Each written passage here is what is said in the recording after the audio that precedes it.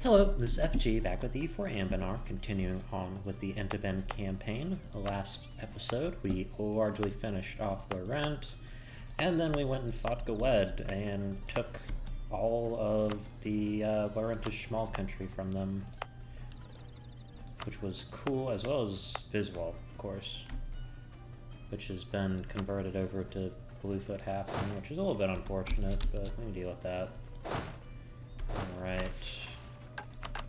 And now, get rid of those troops. I thought it would consume them, but I probably should have actually read.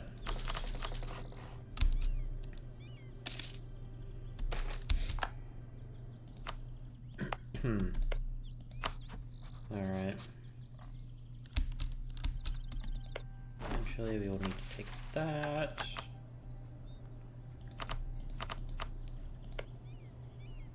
Okay, Pearl's Edge. Do we have a truce with Samloran? We do. Alright, they have been converted over, which is excellent. Additionally, I would love to build an actual castle right there, so I could get that nice defensiveness buff.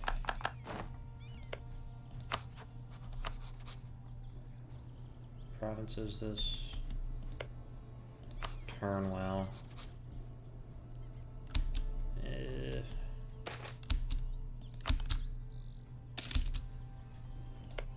Do you want military access? No. Can't even threaten that province off of them. Alright. We do need a backline worth of cannons now, which really sucks. But has to be done. Oh, Argordstone is at war with Marhold and some reason wants access. We can give it to him.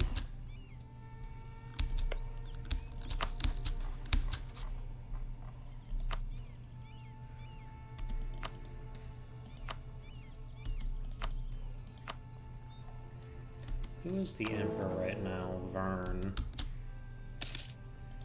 Alright.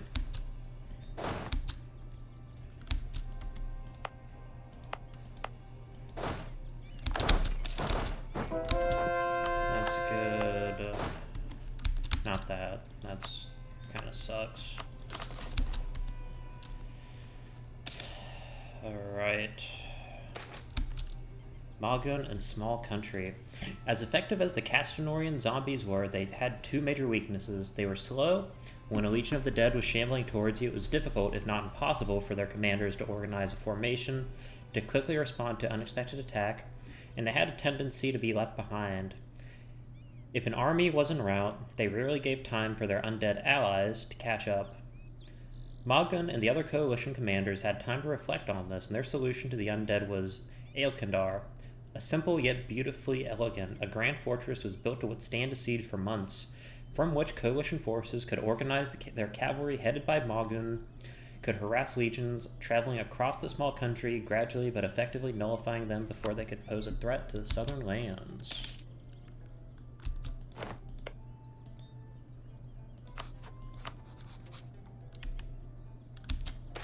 Alright, increased recruitment, excellent. Don't need the manpower, but I would prefer to have it.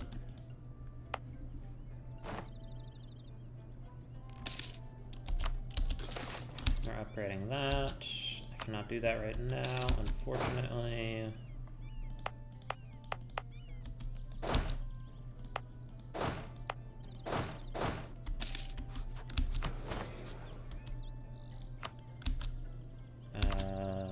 No, don't do that. Don't do that though. Viswal, of course, is going to get full cord. We can call Iochand as well. Truce with Pearl's Edge has ended. I can get rid of that. And then I declare on them. can get Arboron, break your alliance with Pearl. No, I can't do that.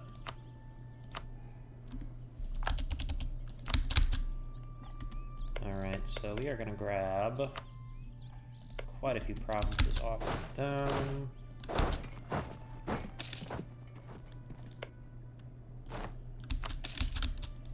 Pearl's Edge. The Emperor will not care.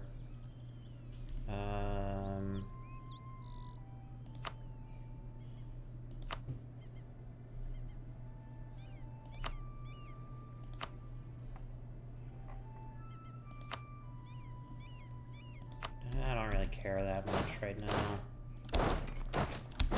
Merchant shipwrecked. We can declare for Carnator.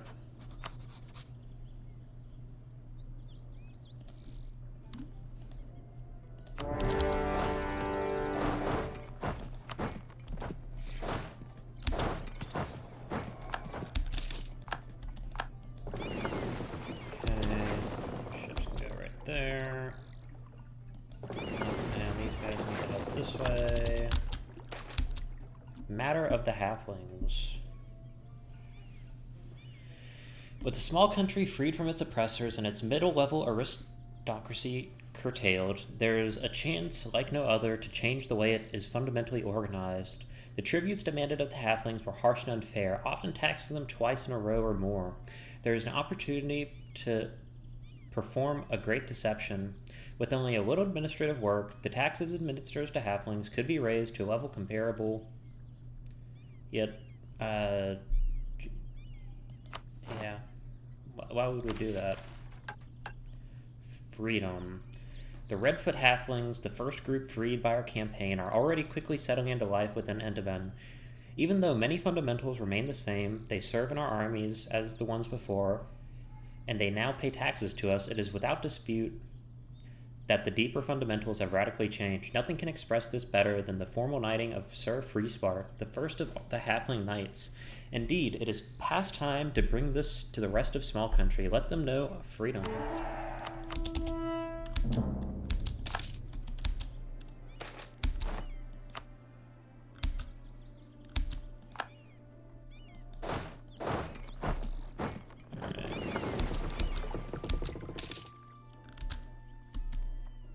Go ahead and bombard this fort, why not?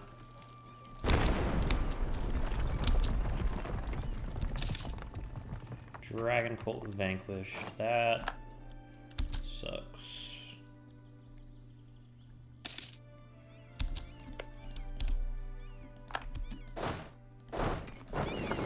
Alright, we need guys to come down south.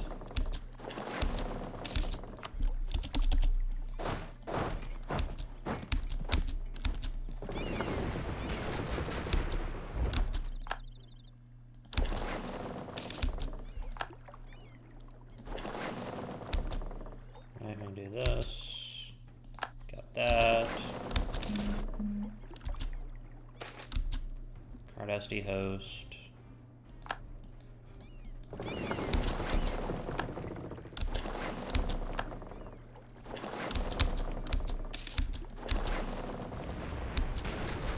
Alright.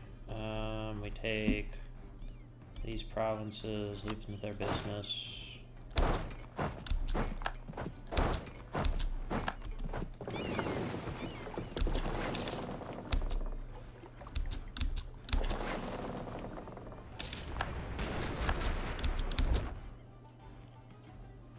We did capture a ship, which is nice.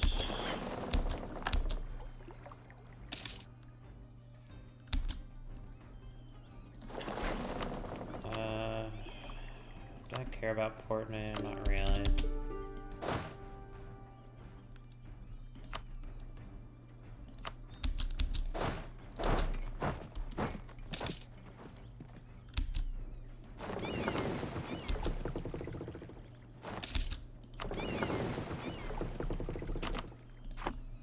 Get rid of some of those. The Black Tower.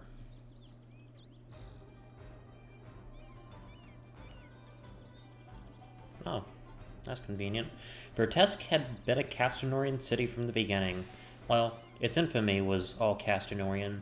Home to a dominion and effective viceroyalty of the larger Castinor, Vertesk was famous for its imposing black towers. It is said that Venak spent many evenings up the tower, carrying out designs lost to time. It was on the outskirts of this tower that Venak was fated to have died. Whatever transpired within that tower was known only to the Unicorn Knight. It is said that something lies within, something invaluable for following in Magun's footsteps.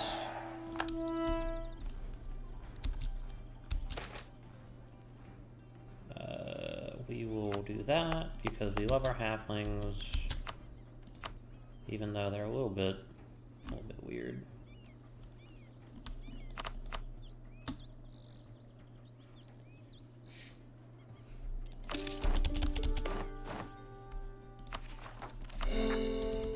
Alright, and Wesdam is allied to a few folks. And now we will get claims on all of that. I will eventually have to take something from Arboron, which really sucks, but I can not do that until I get the rest of this done.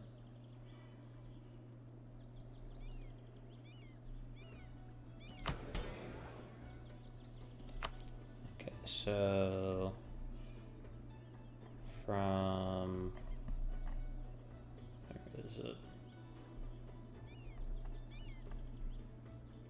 Okay, so that would be 5 prestige.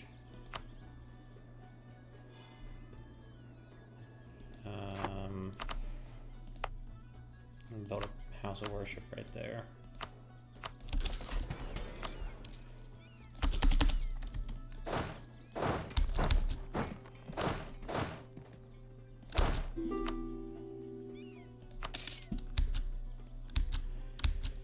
No, fuck you, Vern. I hate you.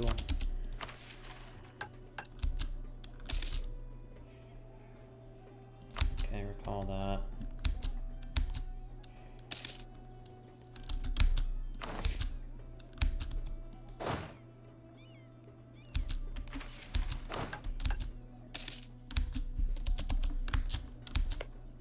I was to go to war with Goetic, and Grombar would not help out because they're a piece of shit.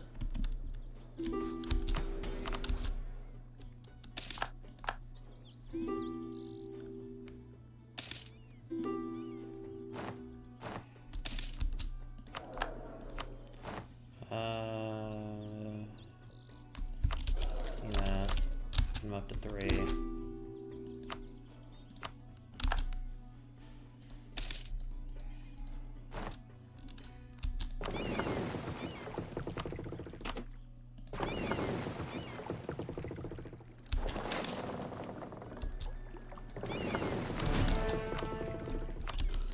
These guys can protect trade in Westport. Magun and Vertesk. Following the Battle of the Dame's Teeth, where the Castinorian navy was destroyed, the Tower of Vertesk was vulnerable to attack from the seas, and thanks to the assistance of Alan the Younger and the members of the Goetti resistance, Magun and the Free Realms forces had set off from Anbennar, seeking to exploit this weakness and gain access to the Tower of Vertesk. The battle was in full swing, but it was far from over. Magun, Alan, and the others fought hard, pushing their way through the tower. Soldier after soldier fell, Magun's blade swinging rhythmically through the defenders until none remained. Finally, he found himself in the study of Venak the Arrogant. Venak had remained in the tower, believing his presence could turn the tide of battle. He was nearly correct. Noticing the intruder, Venak threw fire from his fingers and called out, "And who are you to think you could defeat Venak the Great?" Magun darted aside, dodging his flame, and decapitated Venak in a single motion. Alan the Younger was not so fortunate.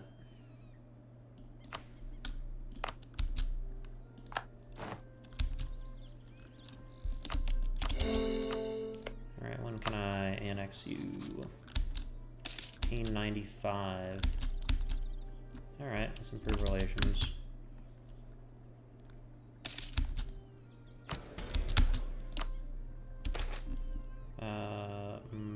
Merchants.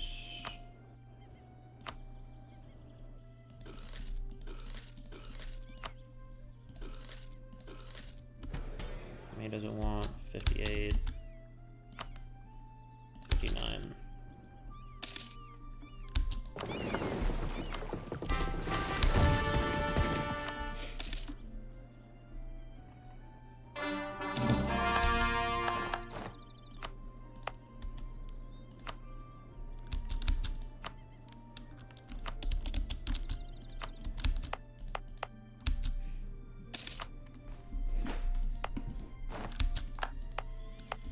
Alright,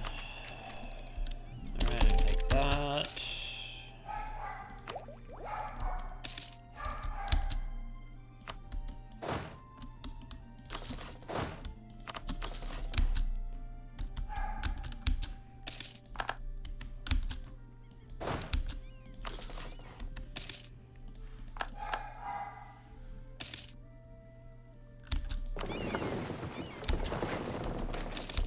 Weakness in the Black Tower. Theodore III stands inside the Black Tower of Vertesk. This particular section smells of disuse and abandon, with dust so firmly upon the crumbling stone that the only thing in the air was the musk of age. Well, apart from the guards behind them. If there is something you wanted from here, it's probably been picked out by now, the first guard spoke with a thick accent. A man who sounded as sturdy as his stature implied.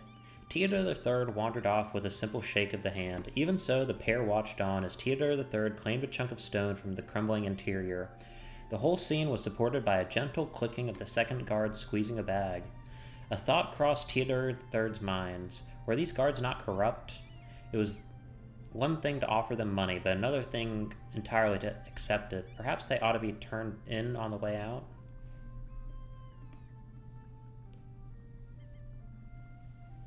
Corruption is corruption, no matter who.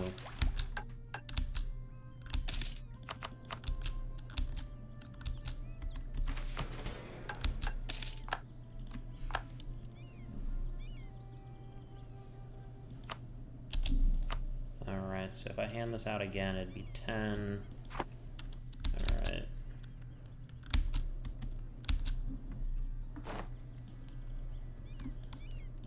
All these guys go this way.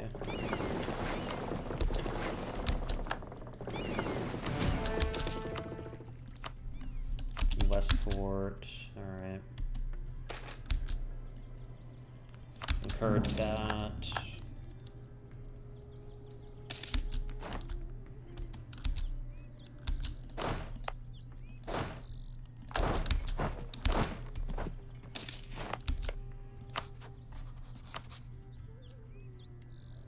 Is the war still raging? It absolutely is. Why would Arboron join? Is Arboron's protector of the faith? That's why. That sucks.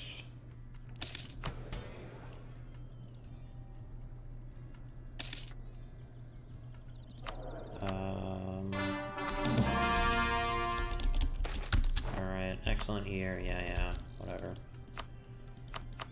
Let's do this, and then that.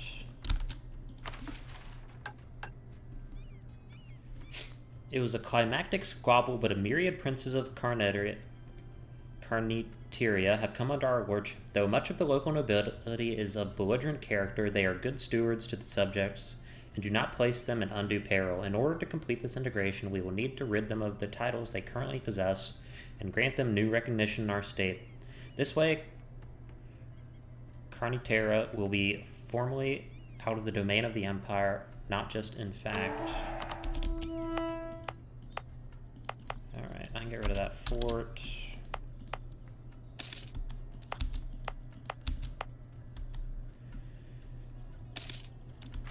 Okay.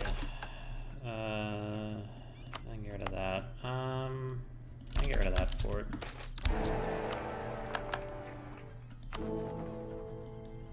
Koronite is the official religion. They're literally one of 1, 2, 3, 4, 5,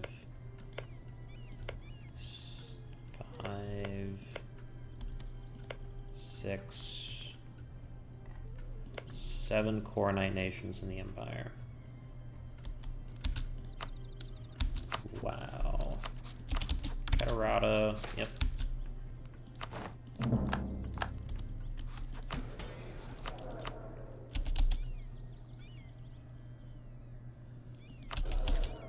Alright, I can do that. And then with the merchant guilds, I can do this to get to 85. I think the resting point should be around 80.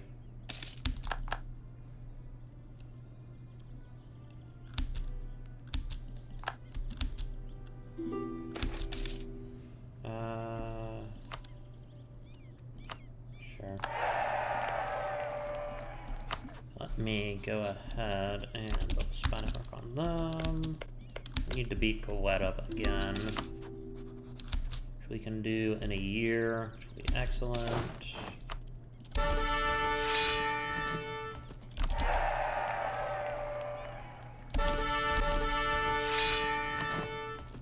Alright, thank God. The heroic charge. There's little in the world more heroic than a cavalry charge. The realm's greatest and bravest barreling directly for the enemy, risking death, dismember it, and worse, to trample the foe underfoot. Much separate from the growing propensity to sit behind a wall and shoot at the opponent, the bravery required to risk one's life in the charge is an asset that has grown more and more scarce. By instilling our generals with the spirit of the charge and disseminating it to the rest of the populace, we might assemble a charge to shatter even the zeal of the Koronites. The Battle of Morbin Flats. The Battle of Morbin Flats was a remarkably dramatic scene whereupon a combined Free Realm army was attacked by a numerically superior force under the domain of the Sorcerer King. The esteemed General Kalen Longlance oversaw the rout, shattering the Free Realm forces and routing them back to their respective lands. For reasons unknown, he delayed his troops and brought them to loot and celebrate at the former Free Realm's camp. Were it not for this, they might have all been shattered. New chivalry. What is understood to be a Kynorian chivalry is, in reality, an Edenic invention, and it is insufficient. Edenic chivalry dictates a series of partially effective rules treating the common man as objects, and only tending to them as befits the proper maintenance of an object. Entebenic chivalry, however, shall be different. Though there may be nobles and commoners, only the bravest and most honorable shall become knights, the paragons of society. It is to their example that all will strive, and all of these knights must be worthy of the unicorn, as is the purity of their hearts and the honor of their deeds.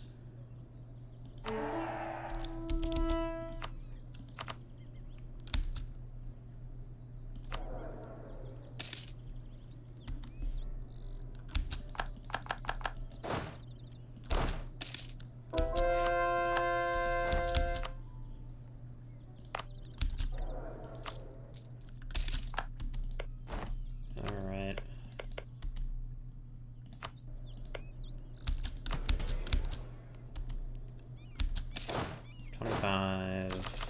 $25. Alright.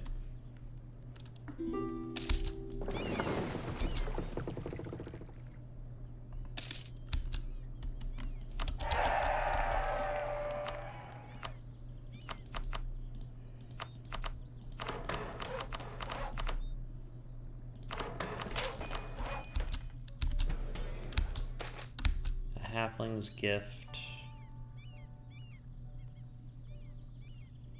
Now let's return the favor.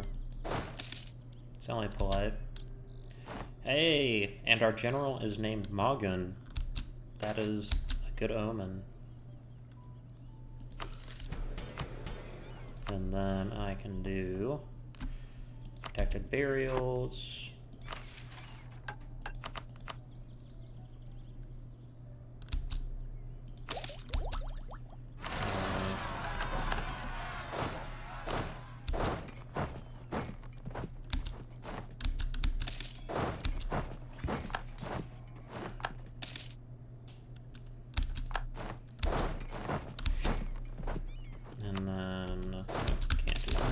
just drill for a little bit then.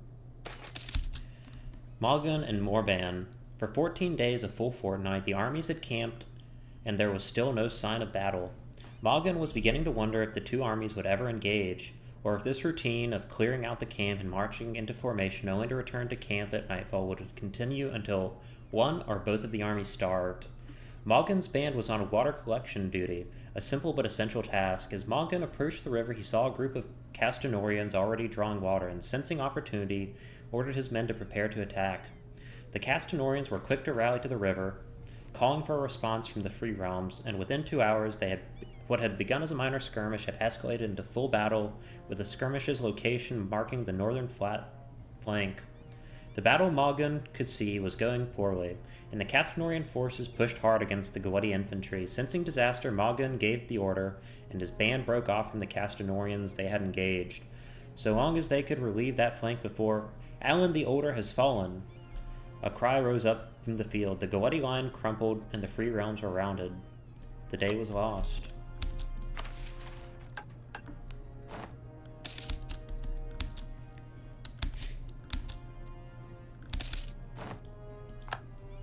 Alright, we need to start building up a spy network on Gaued once again. And as for them, I want to fabricate a claim on Iochand, because it's mine and I want it. Although luckily, I can take as many provinces I want from Gaued, because there's only like a very, very small amount of actual regent court nations left. So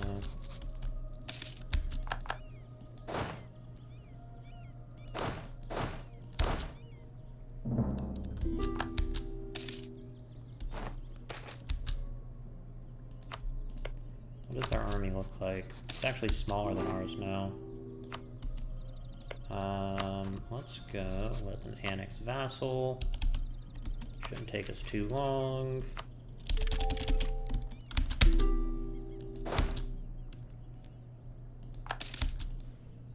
Alright. We are going to declare war for New Kabul. Who can we call in? Oh, I could actually do a reconquest. Yeah, that makes sense.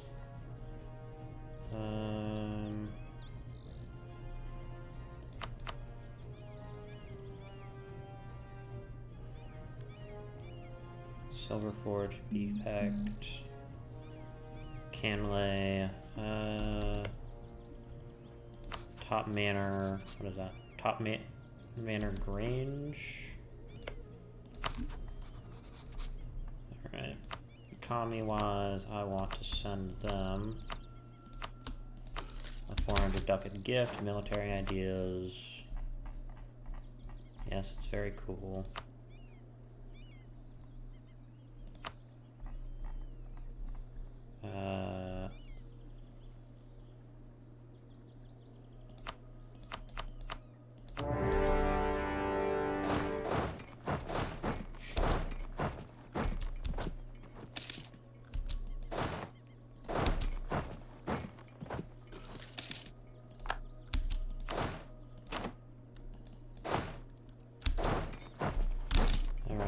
Where's my fleet? Here it is.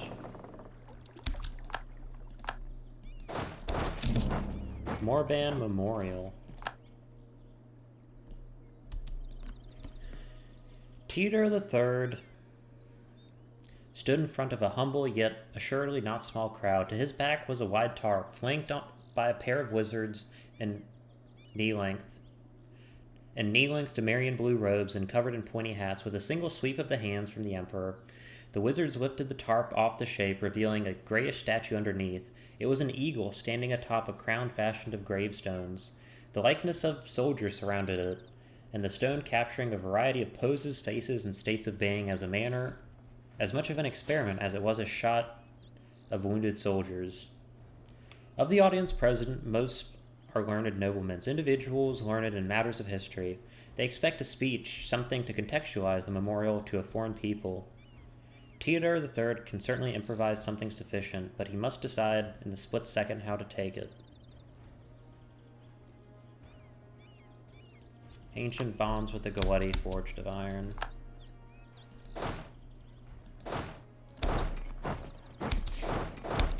We might be enemies now, but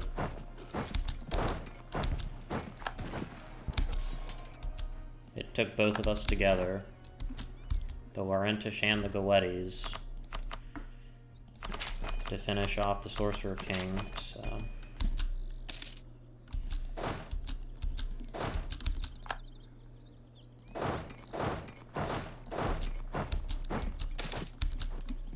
Integration is a slow process. Alright.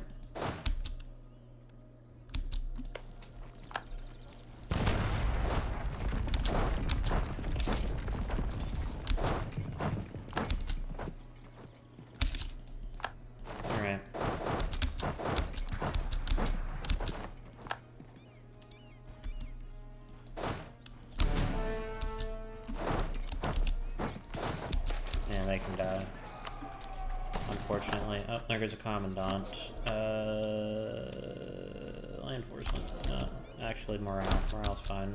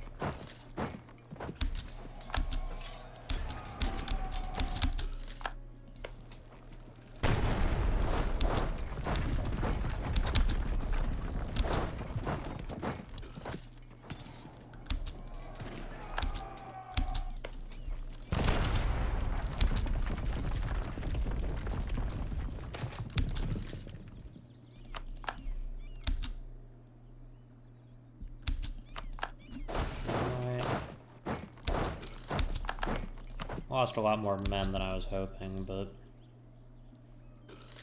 it's the way it is.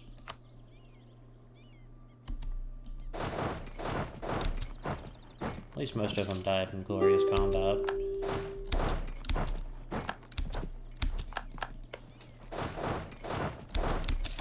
How much of the Galetti army is that trapped right there? That's about half the Galetti army trapped in that one province. Alright, and then we can do Sally Forth. The defeat at Morburn Flats led to a folly. Emboldened by their success and drunk off their victory, the Sorcerer King's men marched onwards to assault Skandar. It is hard to say what exactly they were attempting, for by all regards it seemed as if they desired to saber-rattle the fort into submission. Perhaps it could have worked, were it not for Moggun, who successfully rallied his army. Some would say he had lungs of Damestyr for his command on that fateful day.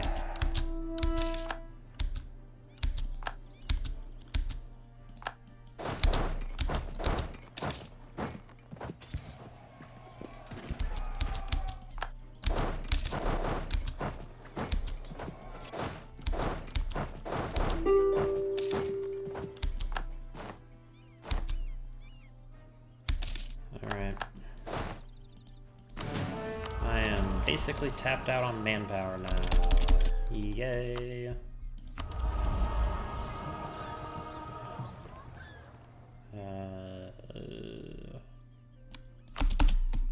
Take that.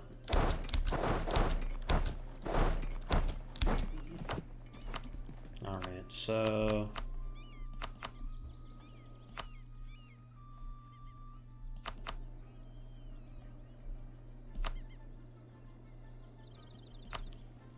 And then for myself, I like to take all of these lovely provinces filled with halflings. Just like that. Alright. Okay, who can I piece out? Silverforge, give me cash. More reps. Okay, then just get out of the war then. B-Pack.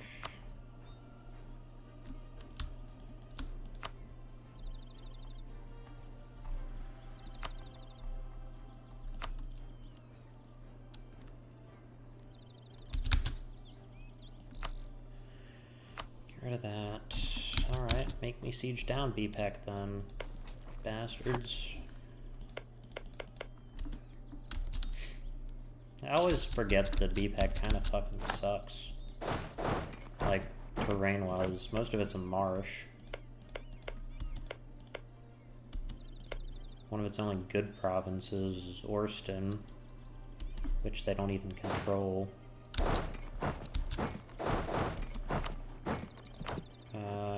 Canalay. I don't know, free cities.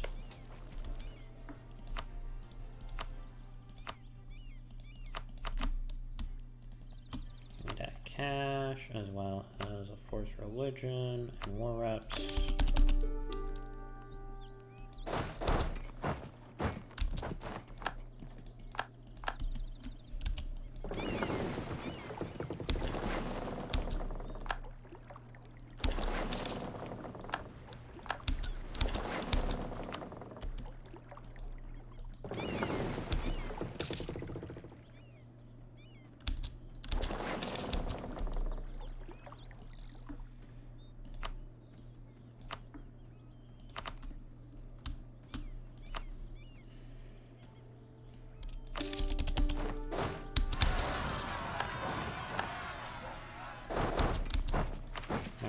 The Third Kingdom. After Lornan's death, 3 kingdoms were carved out of his territories and granted to his children. They were Enteben, Redwood, and Carnater. With Carnataria reconquered, Lornan may finally rest, knowing his sons have put their petty squabbles behind them and have been reunited into a single realm. Within Carnater, there is much and more to be done on every level, from administration to matters of justice and even to affairs of local nobility. It is our duty as a just sovereign to ensure that this land is not just a stepping stone for farther conquests. It is part of our new heartlands. Once this is done, and only then, may we look to further campaigns.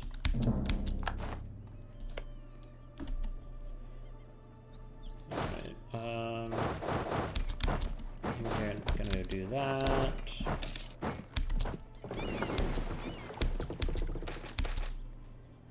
Magun and Kalkasandar.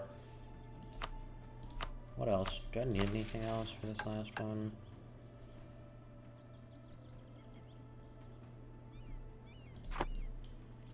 Following their victory at Morbin Flats, the Castinorian forces marched on Kalkasandar, hoping to break the legendary fortress.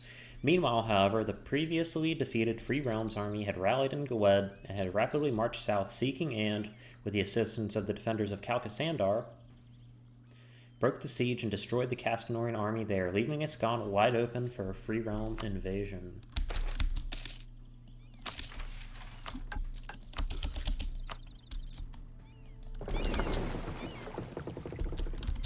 Alright, we won't need that though. Try and save face.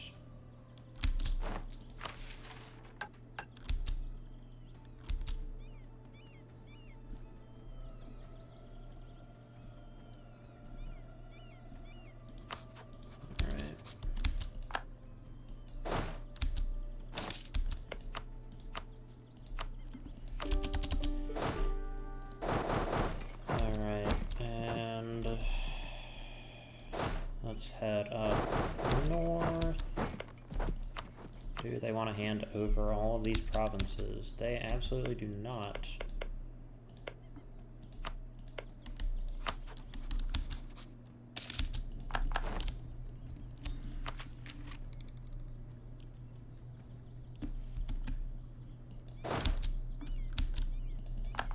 Alright.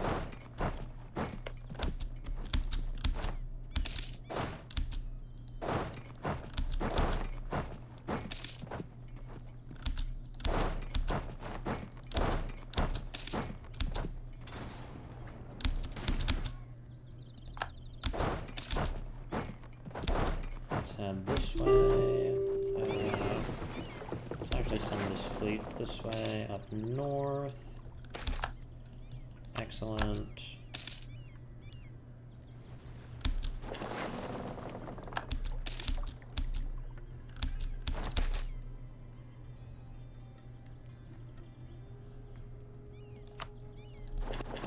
Yeah, there really is not a need for better relations.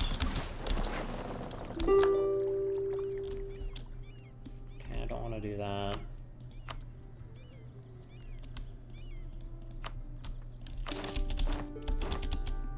Alright. And with that, we have freed the halflings from Galeti persecution. Gift from the Silcalis. Word spreads quickly. When it became news that the king of the newly restored Enteben sought to greet several leading figures of the Silcalis, word traveled a bit faster than the king could have. The first thing Theodore III saw upon departing their carriage was a great sculpture. It was no regular sculpture, it was of Magun. Every detail was carved in loving detail, and even the ripples of muscle upon the unicorn's haunches visible atop a gorgeous pedestal. At its base stood a Silcala, teeth bare and a wide grin at the emperor. This is beautiful.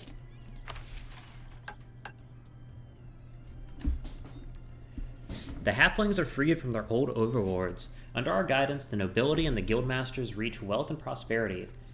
But is that not what we set out to stop? Even still, the common halflings languish under their old overlords. Similarly, they still conspire to free themselves from our rule.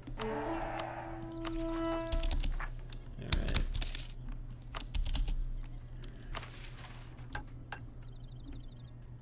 And then with this...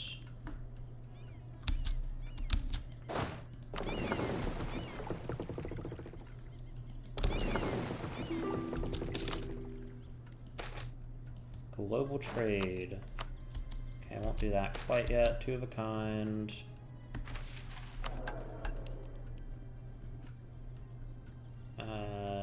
Yes, we will get a level 3.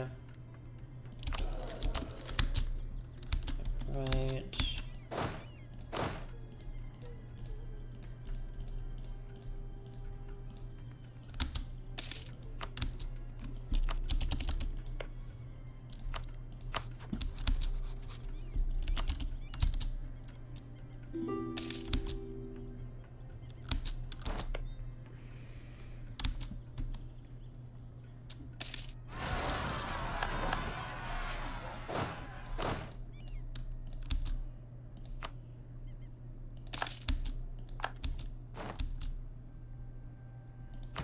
Alrighty. And then I'll do that and seize the land. Yeah, that'll be done naturally. And then, right here, I can fabricate a claim on the Dragon Hills. And I can also come over here and I'm gonna wait for Merchant Assassinated.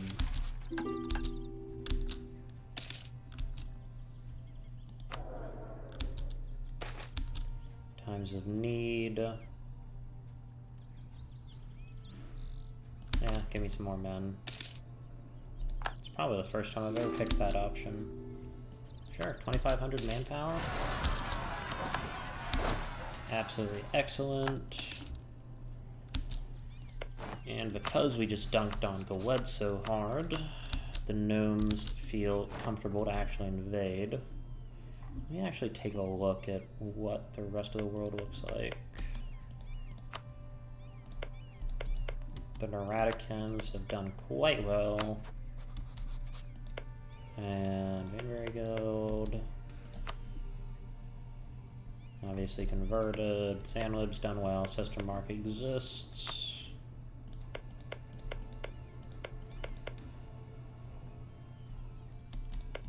And it looks like we have a Sarda victory, which is interesting. The Grand Tournament. Adenica, Enteben, Iskan, Canor. Both our countries are renowned for their honor and chivalry, yet for entirely different reasons. Adenica embodies some of the earliest chivalry, but it is closed-minded, allowing only nobility to serve regardless of true distinction. We, meanwhile, understand the true value of chivalry. It is independent of blood, and our knighthood is full of only the bravest, for our knights hold the heart of the unicorn riders. Any sensible man would agree that a knighthood based on valor and merit would produce the better knight. But that is a whole different matter, from being able to prove it. Many knights remain even after Edenica's collapse. Why not invite them for a grand tournament where we might prove once and for all the triumph of heart over blood?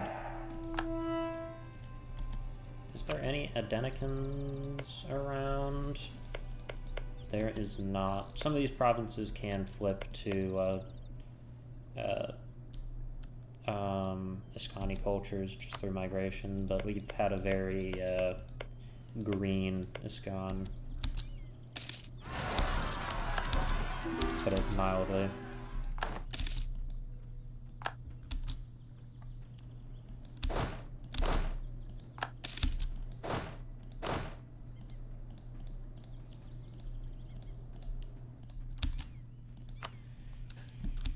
And then here we want to upgrade these ships.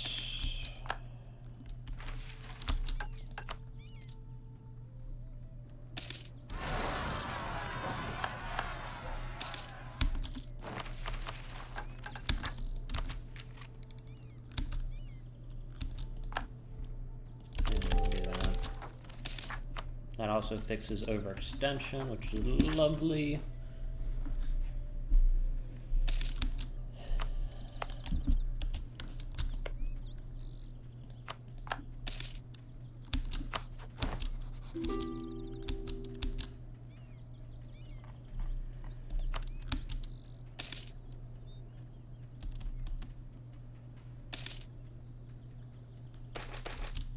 Malgun and Adenica.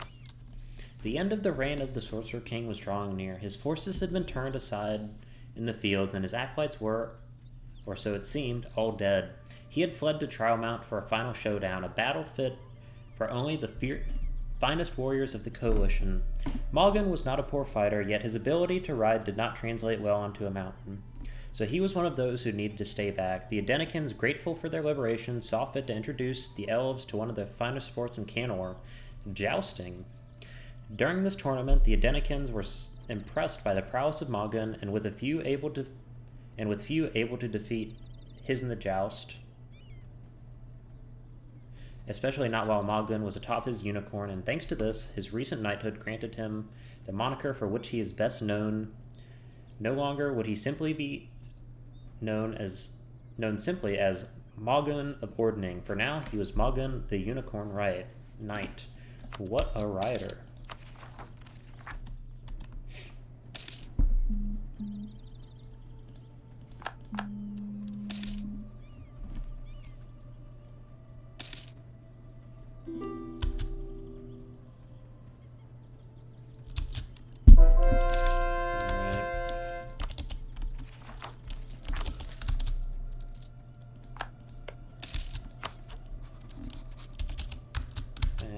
We can now begin the old integration process. And we will take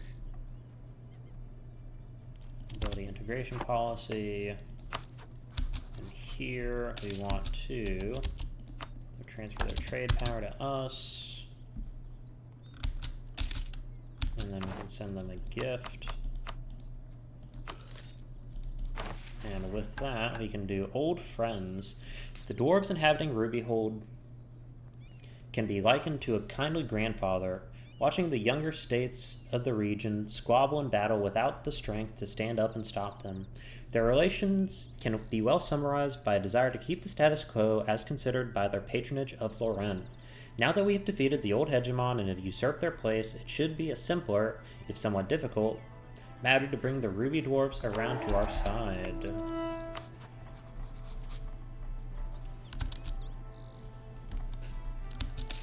Alright.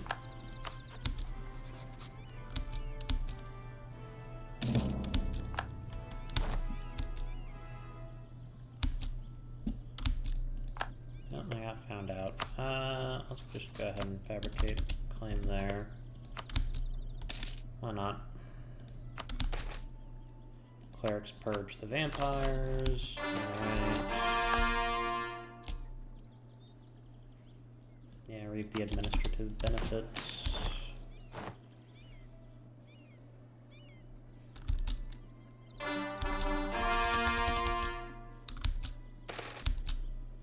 A great joust. It is sunset. The world is tinted in shades of orange, even as the finality of the black begins to creep into the land. At the above the dimming land lies Theodore III, sipping a drink of such a crimson tone that it would spread even in the dim light. To their right sat a man garbed in the neon colors of an Edenican, gorging himself from a bottle of the same vintage. Can I joust as you wine? Laughs the Edenican man, who introduced himself as Sir Adam. I mean, I've heard a lot of it, and there's still a lot of good writers from Iscan. Theodore III side-eyed the knight, shaking the wine around in his glass before downing the rest of it in a single swig. You're on.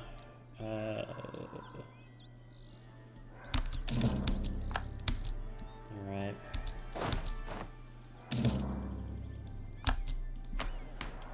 And now we can take...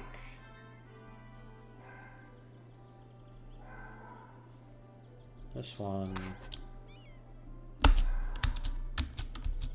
goes from 65 to a little bit more, I guess. In terms of states, obviously we got to get all this done.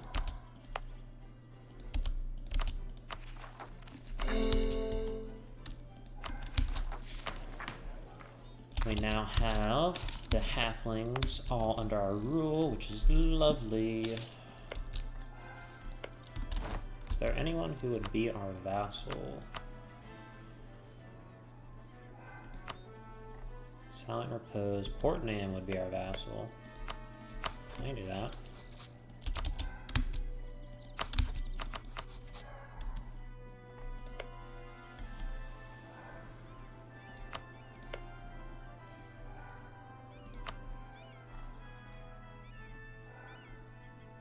So I have a few provinces there.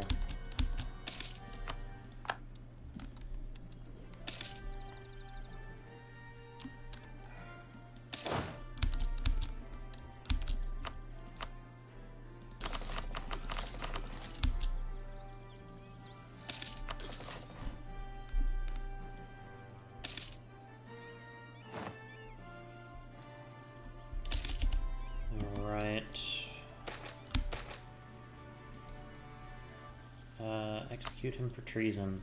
The sun was overbearing on the day of the joust, carrying a heat with it that could easily be felt through the tarp erected to cover the seating area. One could only imagine how it felt to the individuals in plate mail. Adenicans and Entebenners lined the edges of the jousting areas, the difference in seating apparent. The Entebens seating held a patchworks of clothing and sigils, a harsh contrast to the symmetrical, organized sections belonging to the Adenicans. In any case, both were roaring with support for their chosen knights. Any attempt at introducing the participants would be drowned out by the two sides competing with one another to make the greater cacophony. Above it all stood Sir Aden and Theodore III seated in a special booth. The first round, Sir Adrian of Adenica versus Sir Aladil of Enteben. It was the quickest of the batch, ending with Sir Adrian delivering a blow straight into Aladil's shield, sending him immediately to the ground. The second round, Sir Maven versus Sir Sile, went 3 rows before Sir Maven was dehorsed. In truth, the entire first bout was like so. An Adenican would win, then a knight from Enteben, then back again. Alright, before I continue, I am going to pause the recording, because I have to go do a quick errand, and I will be back after that. Alright, I'm back. The second bout. During the first bout, all individuals were of noble blood. Now, during the second, the herald introduced the Unicorn Knights, peasants who had earned their knighthood through valor. Immediately, the Adenicans became agitated, only to calm themselves as one of their own took the field and made a show of waving his lance around. "You wouldn't let lowborns onto the field?" asked Sir Aden, taking his eyes off the tournament to gaze upon Theodore III. "Blood doesn't make them good at jousting," observed Theodore, never taking his eyes off the show.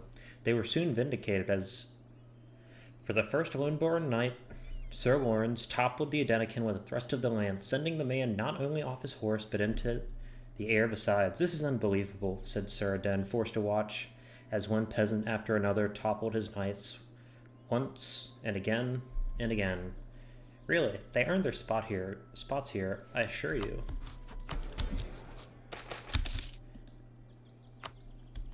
The final joust. With a sigh, Sir Aden stood up. "It's not you I'm going to have to joust, is it?" he asked, to which Teeter the Third shook his head. Sir Aden grunted. The final bout of the day approached, featuring Sir Aden and an individual named Sir Frederick. Though it must be noted, it was hard to hear his name over the Adenicons finally beginning to jeer. When Sir Frederick lifted his visor to reveal a large, toothy grin missing 2 front teeth, the Entebenic seating howled. The 2 knights were able to demand absolute silence by their very presence. On both sides of the arena, caught in the immediate tension of the situation, 1 passed, then 2, then 3, then 4. Neither was able to catch the other out. The crowd grew louder, each pass capturing the attention of the audience. That anticipation, the coming crash more and more. By the time one of them was dehorsed, the crowd was calamitously loud, even though Teeter the Third could not hear anything. Watching Sir Aden slap away Sir Frederick's hand after the tournament left them with a sinking feeling in his stomach. They are not likely to return next year.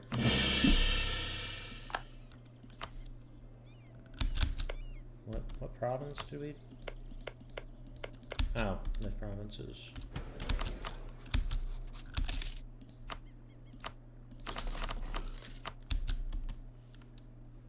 Oh well.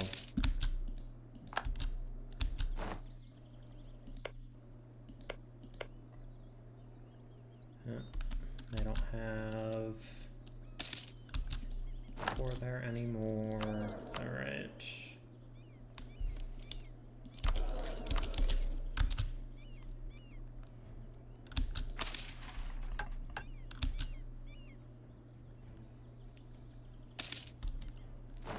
Alright.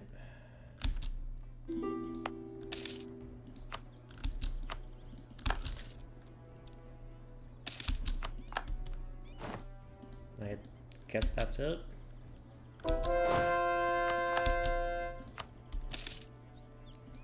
Maybe.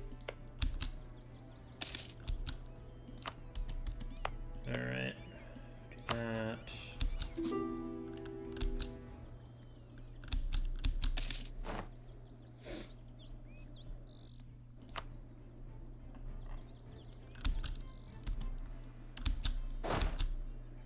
Right.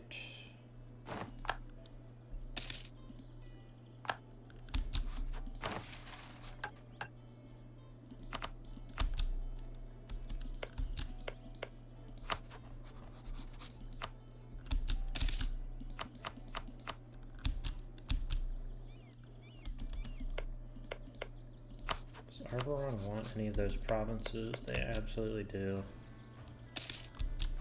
Alright.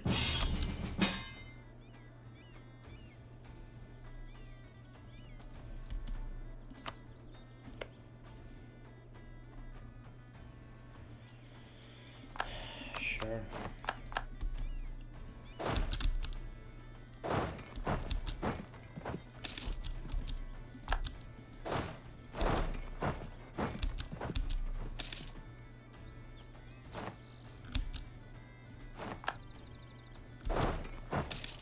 I'm gonna head up here and deal with them.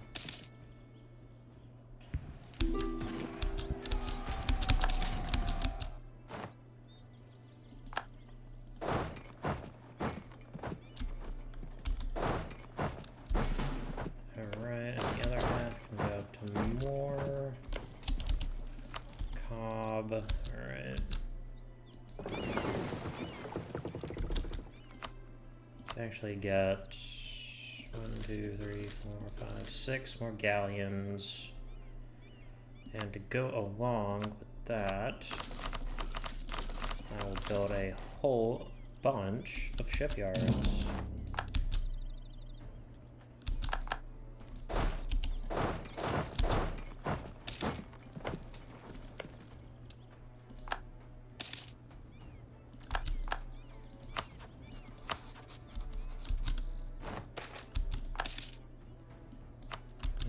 that.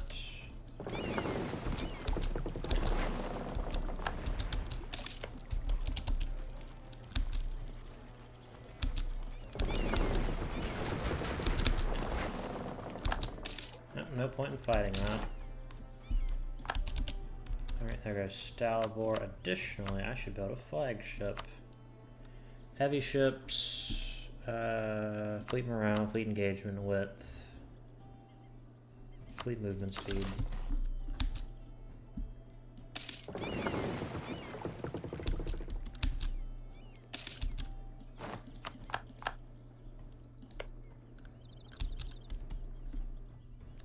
You know what? I can march. Integrating Westmore. Alright. I can do that. Yep, strong duchies is gone. Alright.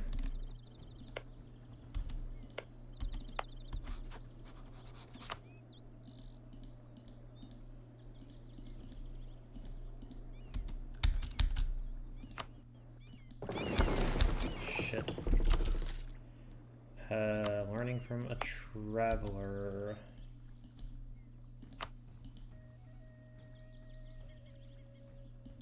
Sure, I can spend that.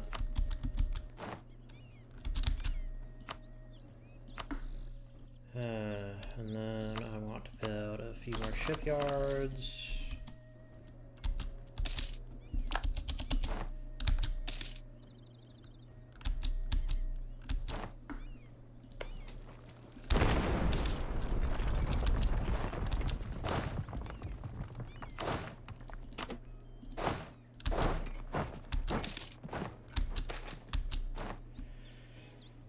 Sophie of Carnator, do that.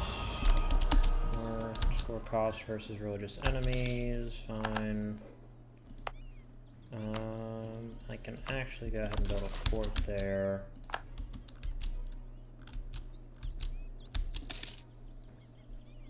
Okay, this army. No, fuck, I'll take him up north. These guys can come back.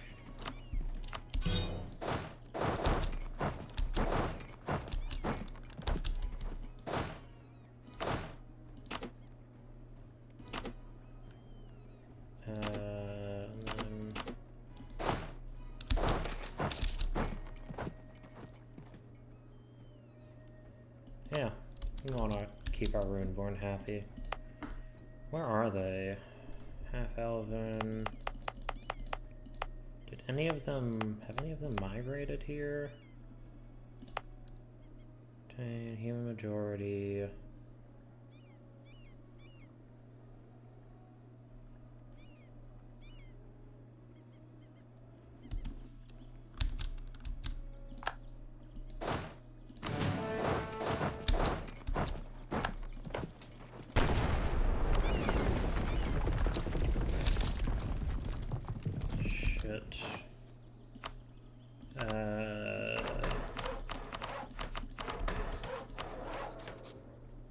Craven.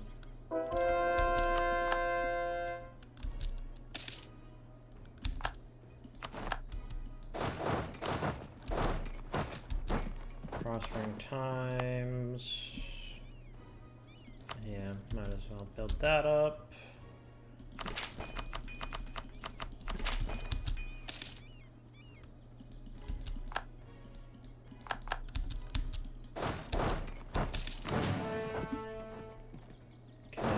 This way, and then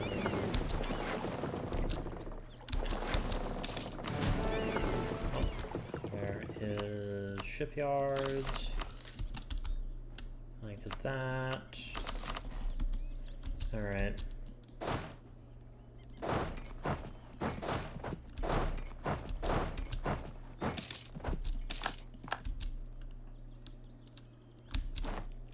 Where's the rebellion state?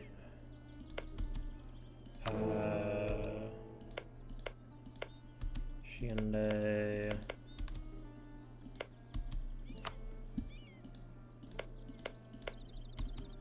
They take a province from the rebellion state.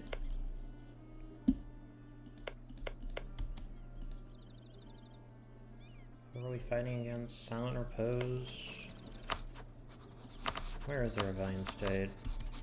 Does it just always spawn an Anbennar these days?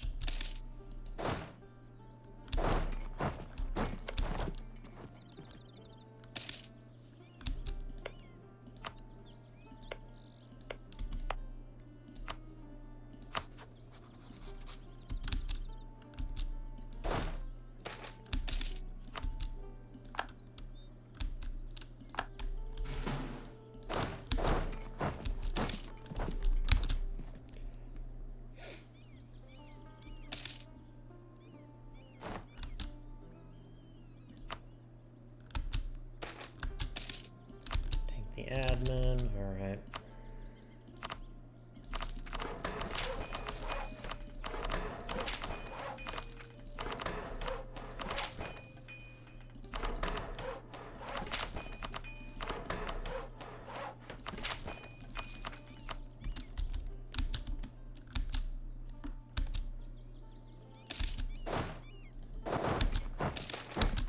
Urbanization. Did they give me any They absolutely did. Oh, I'm so glad I asked for all those provinces.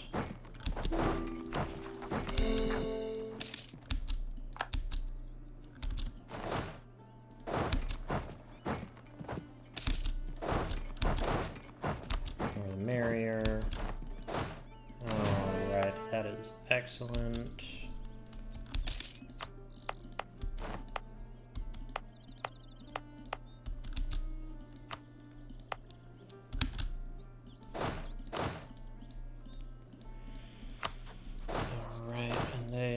To make sure that nothing bad happens up there. And all of these guys are Regent Court or the Thought. Okay.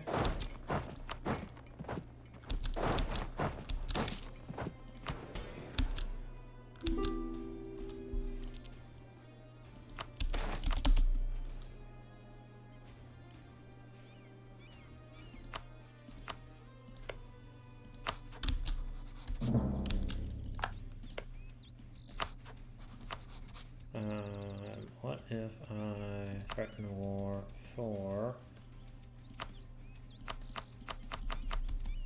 Why do they think... Oh, because they're allied with Galed.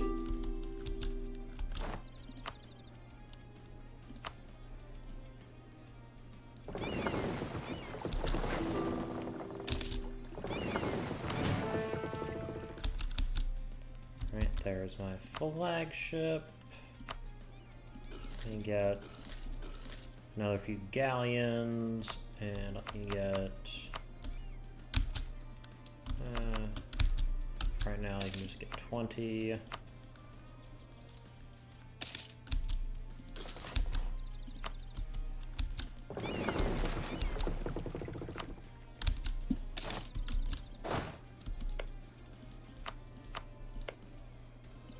Alright, and fabricate claims on flood marches.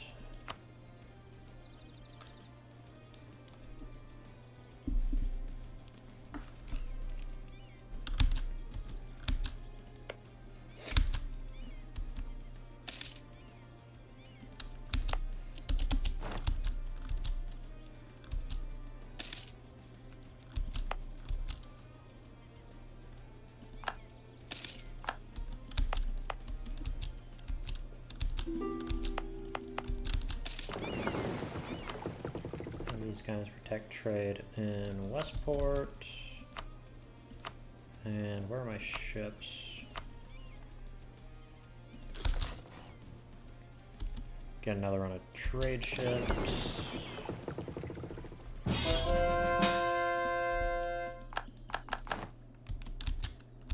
Yeah, whatever.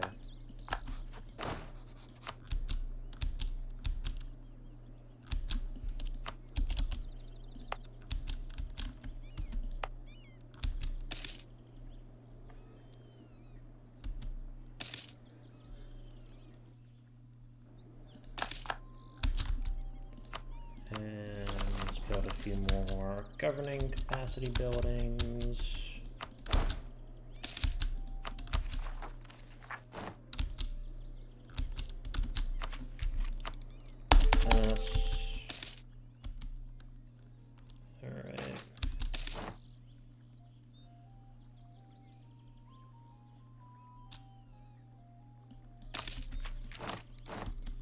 And now we can build more. Alright, good.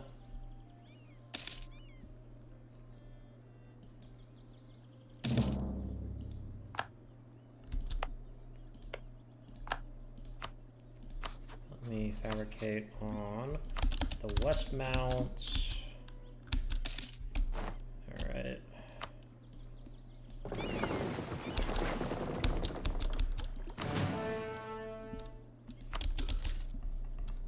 I'm upgrading Galliot. Yeah, I'll take that so I can get reformed outriders and leather cannons. Development of ironwork. Okay, we don't really have... Yeah, Laurent is not exactly... Lensinor in general isn't exactly the best area for trade goods. The only real trade good of note we have is some paper and some silk. Other than that, everything else is kind of a little bit of glass, but I don't think one or two provinces is enough to make the trade good situation not bad.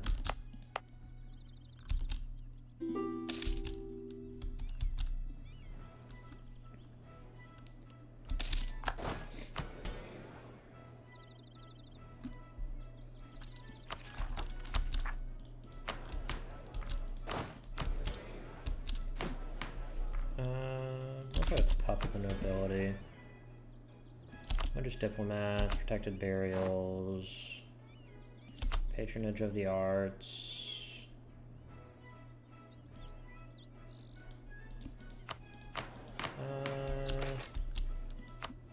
Yeah, we accept the moon elves. And you know what? I will get rid of religious culture. It's not us anymore. We're nice people.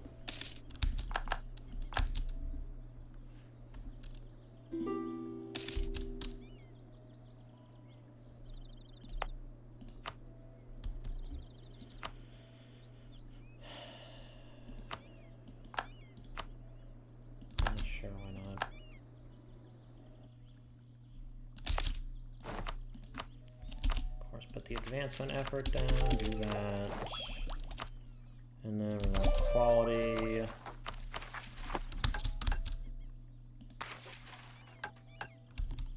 That's good.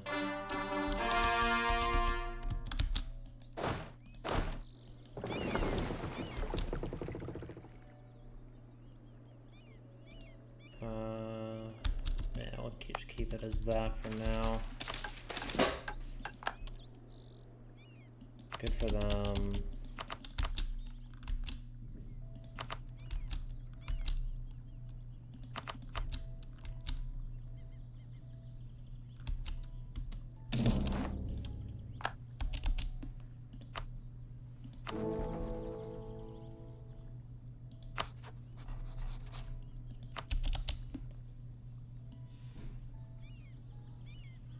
Could dismantle the Empire.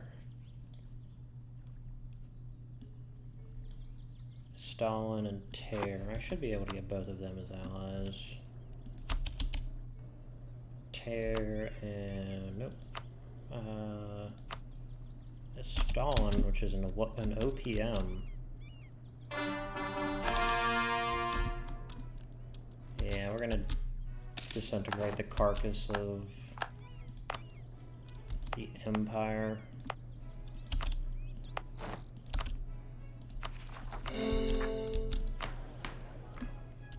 Cliff Gnome, and then get the Goettes.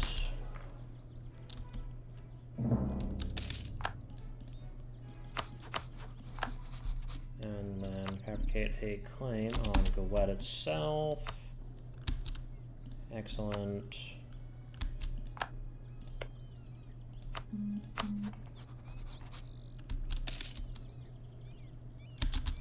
Alright. About conversions. Whatever.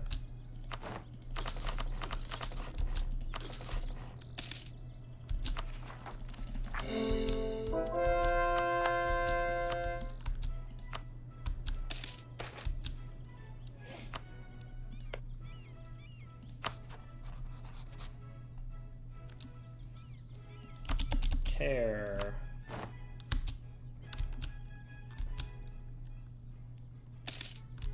Stalin.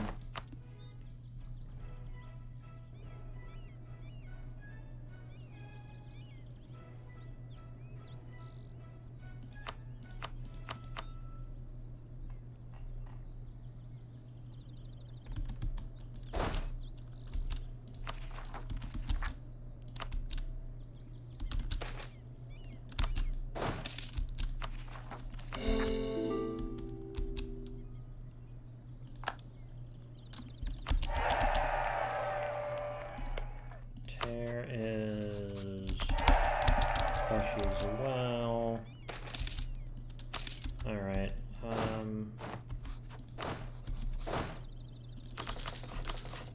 let's go with 24 cavalry.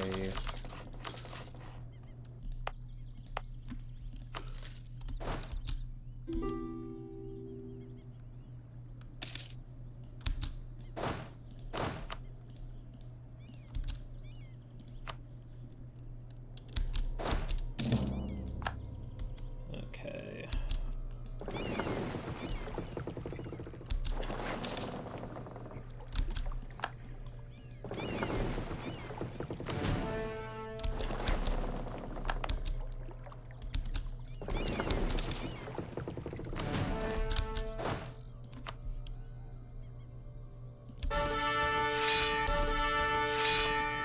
Finally had a good general.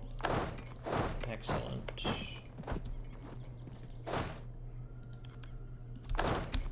And then for Wesdam, I want to declare on them.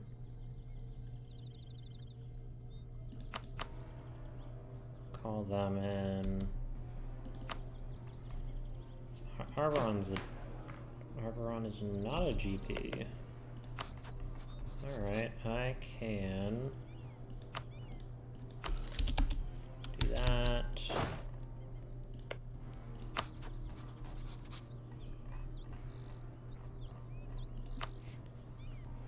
Okay. Yeah, whatever.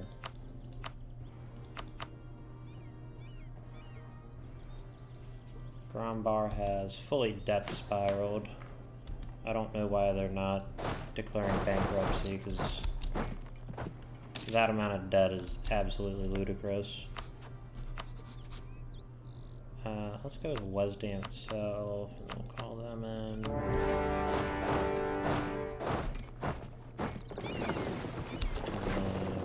Deal with that.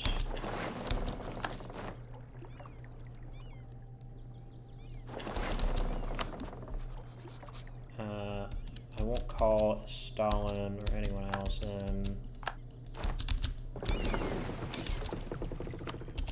Call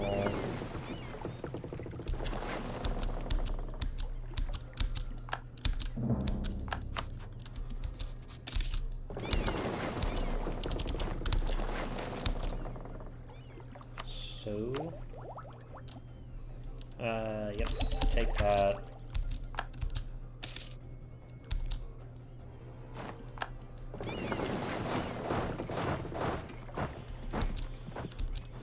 Alright.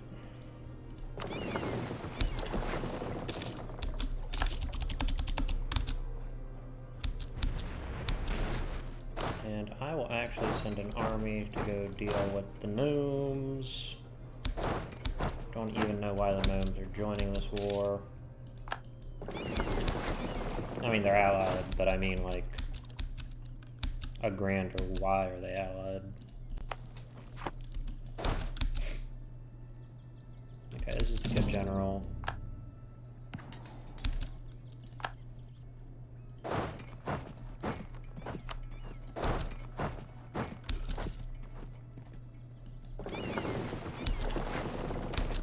Land theft, favor neither party.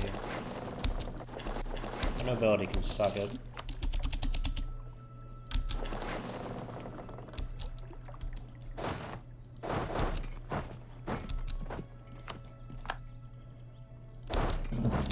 And go ahead and siege that stuff down, you stupid fucks.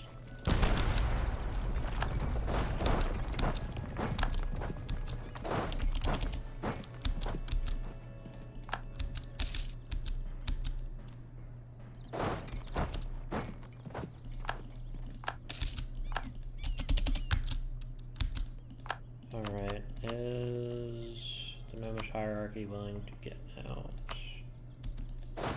No. Gonna have to siege down more. Alright. Got their fleet.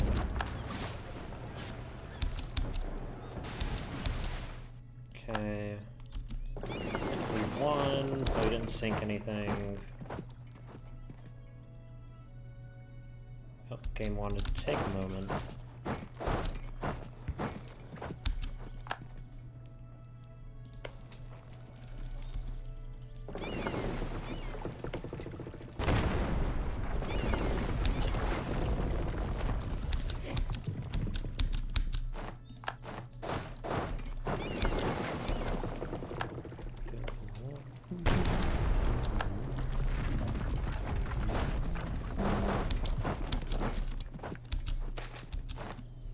Life on the ocean, excellent. So from the gnomes.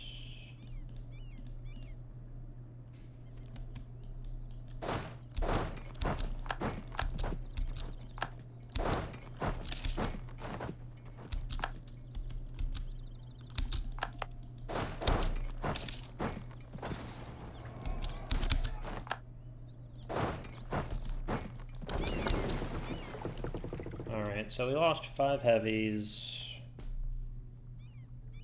Only 1.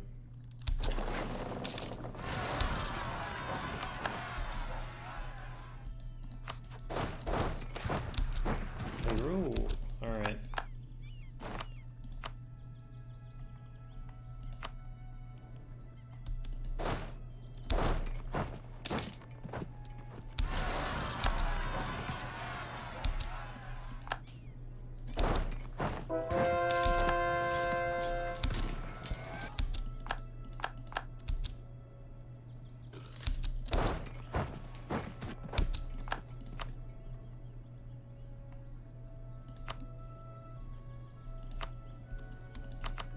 And then a little bit of extra cash to make me feel better.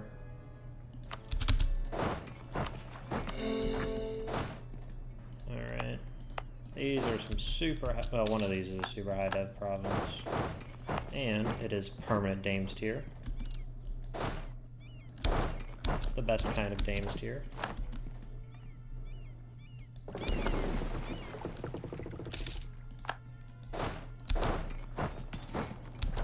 The obvious goal of this war, besides obviously seizing land off of Wesdam, is to go siege down Istrolor.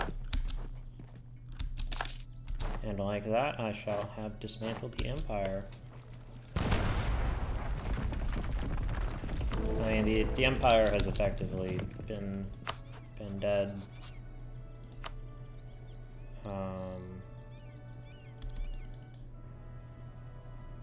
God damn it.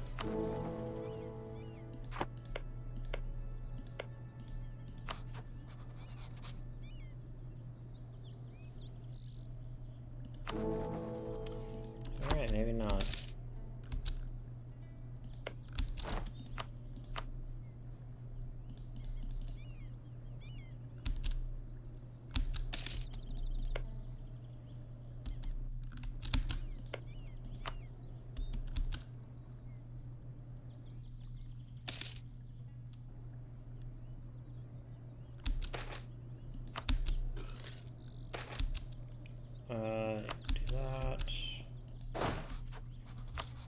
current absolutism limit?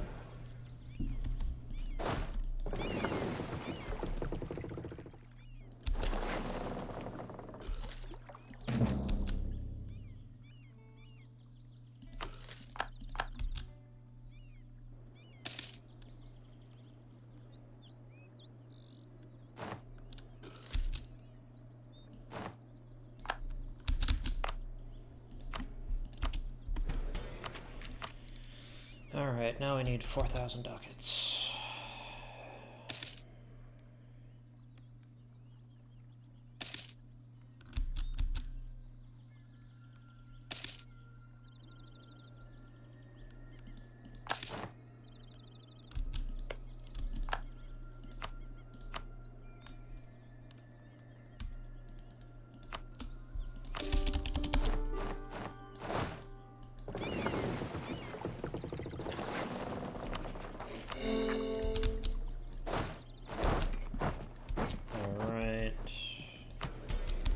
Again, they were Coronite, I believe.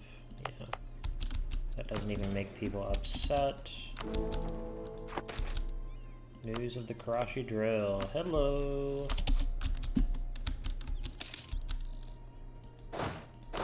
Arboron. Or, sorry, not Arboron, Aranen. Arboron, how do you feel about me?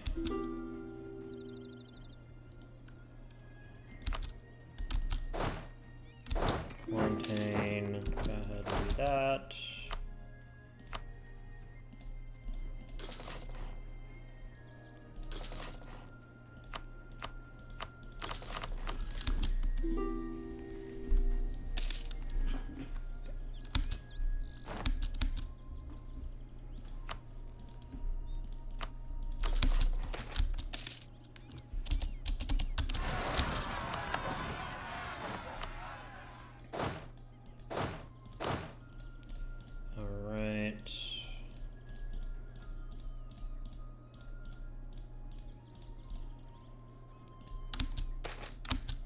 Legitimacy questioned.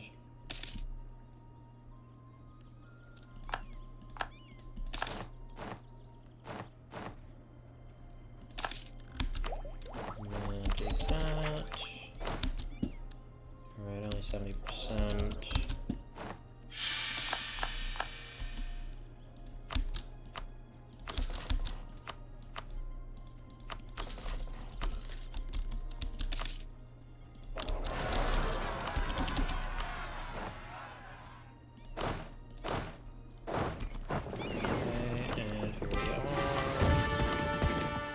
Guys need to protect trade in Westport.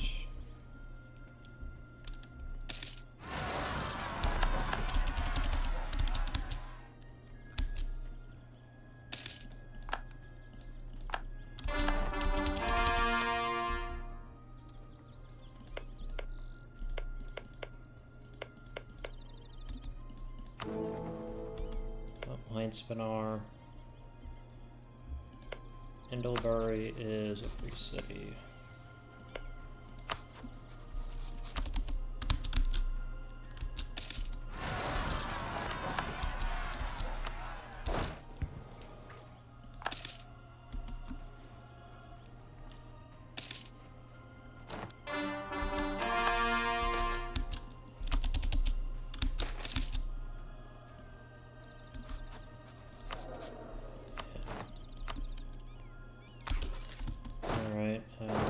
This way. Discipline is fine.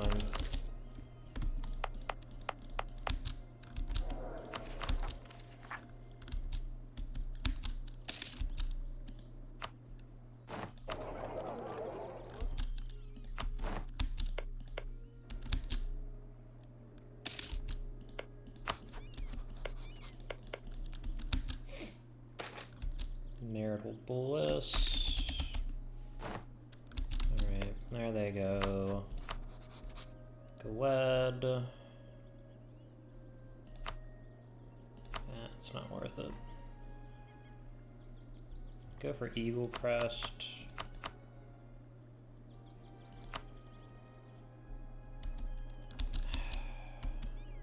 hate Grombar so much.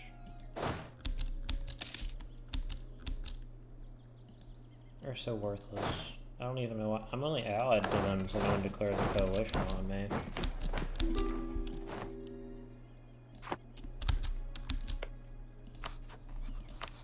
Alright, so let's go with Eagle Crest. Let's call in all of the boys.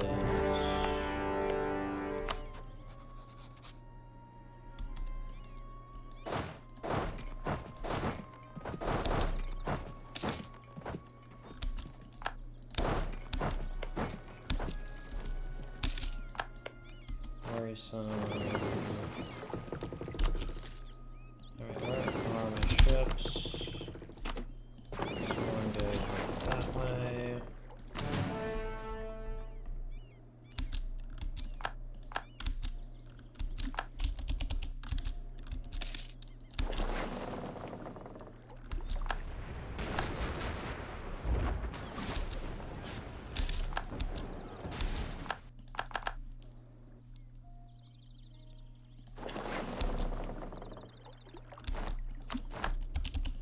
Right, there's Eagle Crest.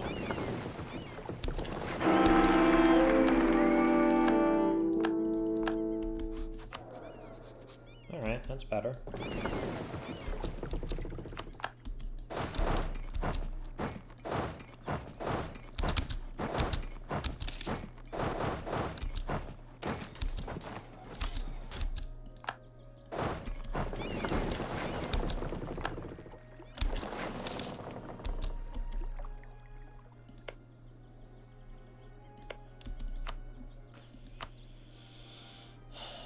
Alright, for Riveria, let me get rid of that alliance, and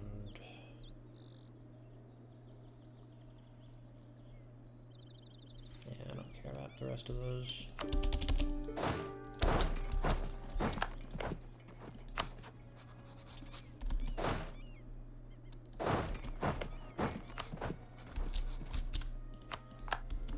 Oh no. Coalition, whatever will I do?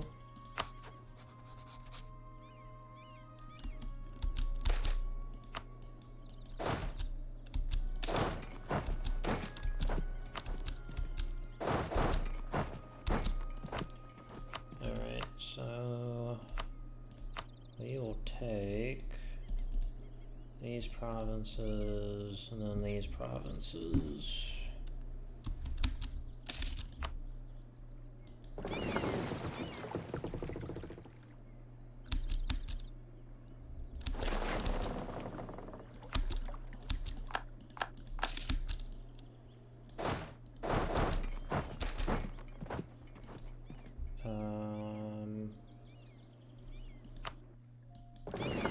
Those guys.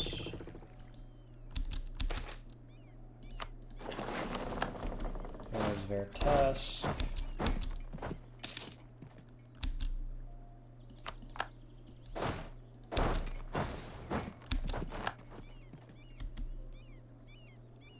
Yep.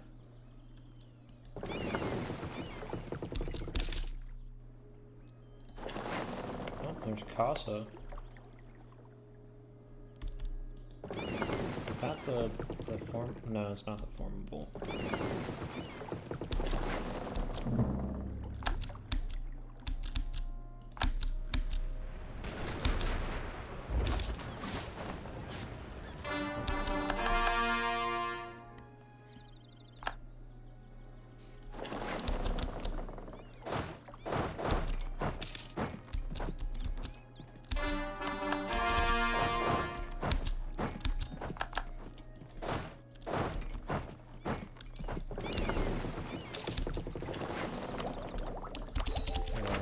Take that for the extra cav combat ability.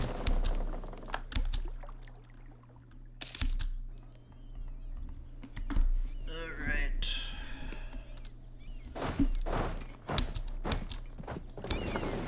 Get one more tick in.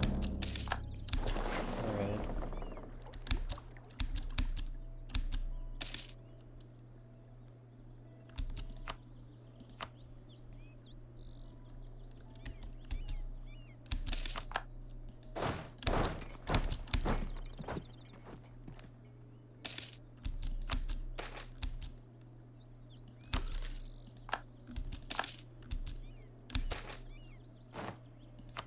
halfling. Alright, let's build some manufactories.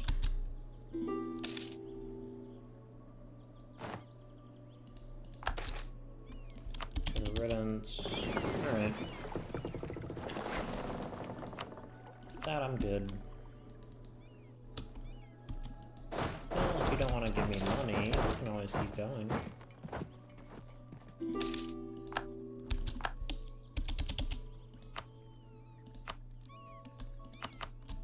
Alright, we'll take less.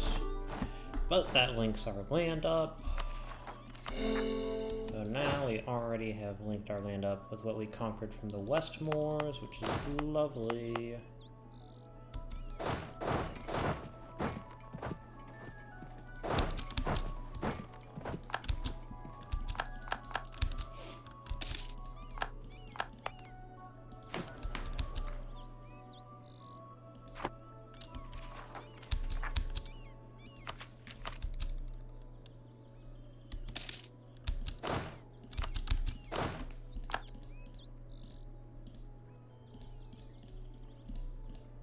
Yeah, the AI in EU4 can be a little bit stupid with coalitions, because what happens, I believe, is they're seeing us as not having a truce with a major power like Gwed, who would turn the tide and who would give the coalition like the actual ability to fight me.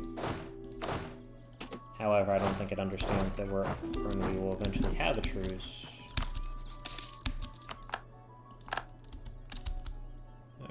And then we want to improve the outraged countries, bit worrisome, fuck you, Istralor.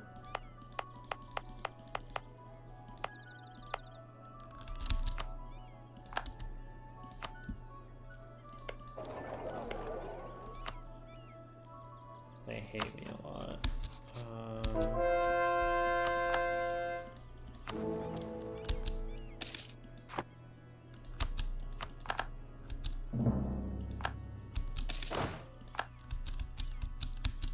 Wait, why am I doing that? What I should be doing is taking half the cannons, keeping the cavalry. Because the cavalry is where a lot of our damage comes from.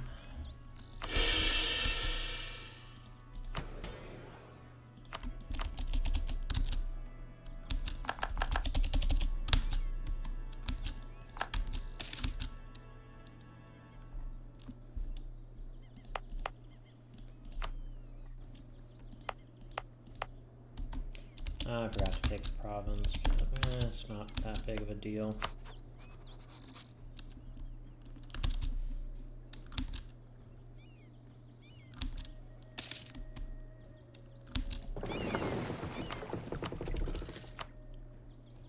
And then they need to protect trade in the Westport. They go build 20 more frigates.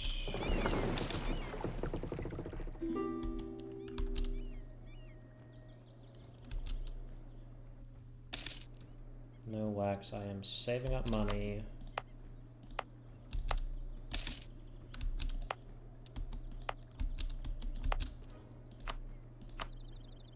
Oh no, we're gonna let him live in peace. Although this, just for the sake of cultural borders, it look better that way. This would look better with low Laurentish. Sure, get them.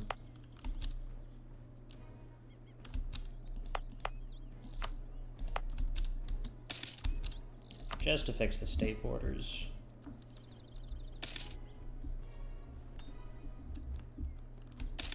Could probably end this series now if I really wanted to.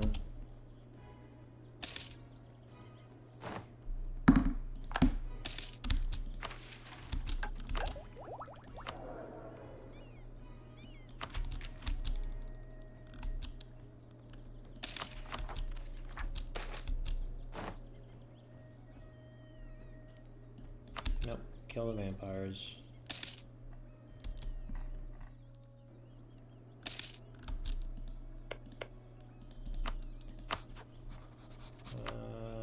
Trait power actions.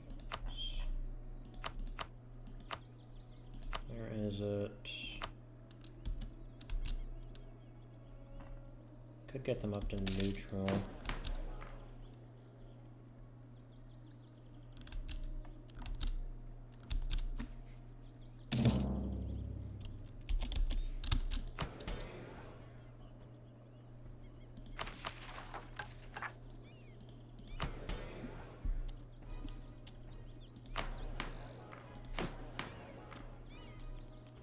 Let's go with Noble Officer Corps.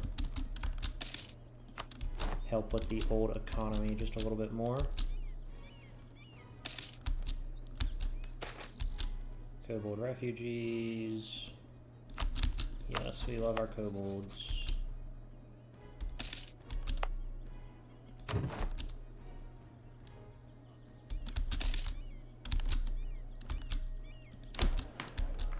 Ooh, the Harmrage is a thing. Does that mean the command... What happened to the command?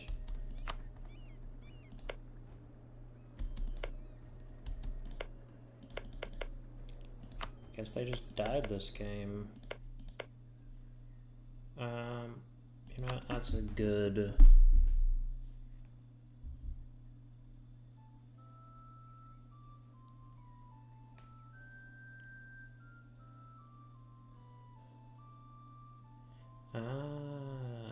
Yes.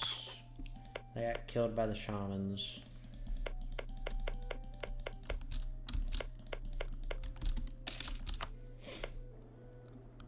I actually managed to get 2 Lion Hobgoblin provinces.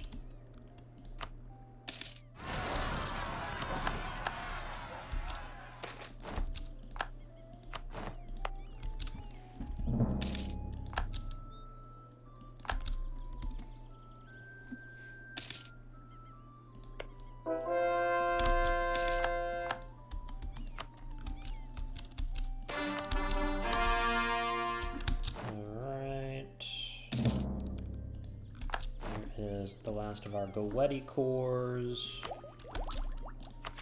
and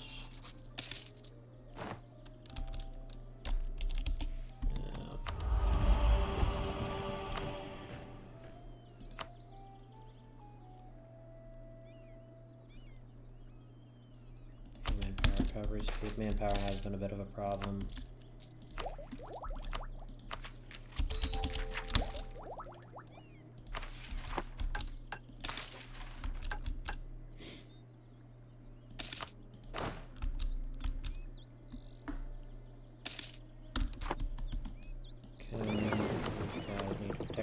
Westport.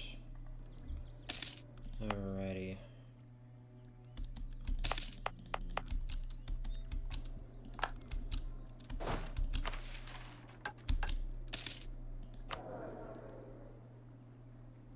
God, our king's old.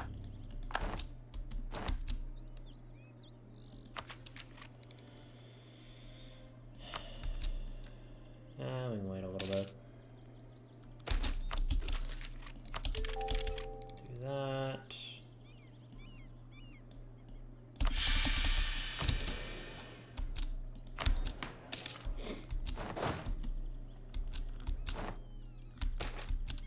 Decrease troll tolerance.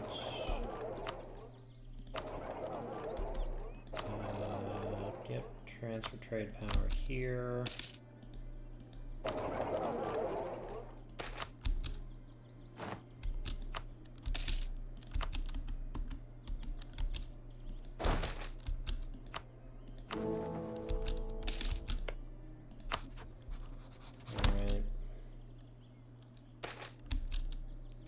More the merrier, take that.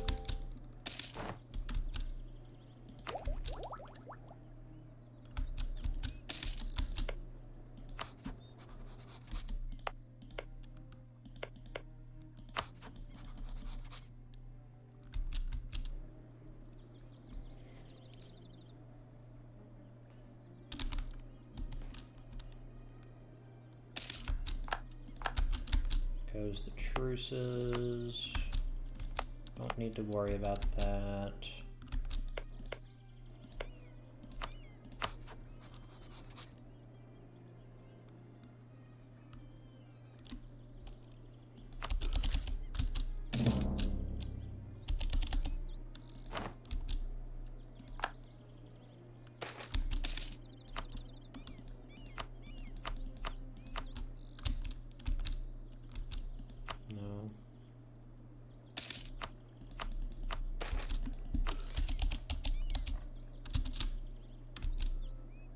I'll take that.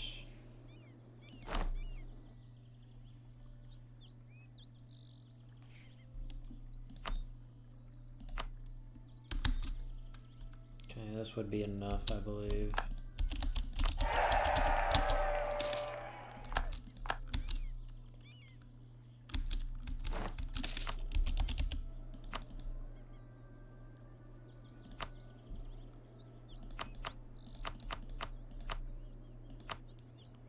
No, don't call them in.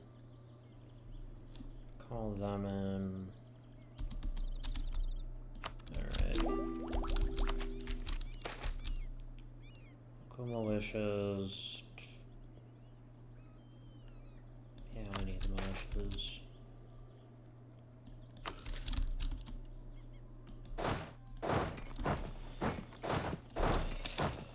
Alright.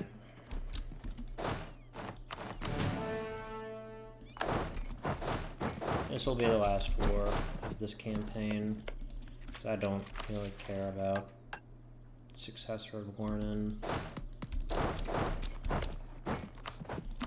Declare war for Lucas, Lex, Rubyhold, Wex, Eberthil,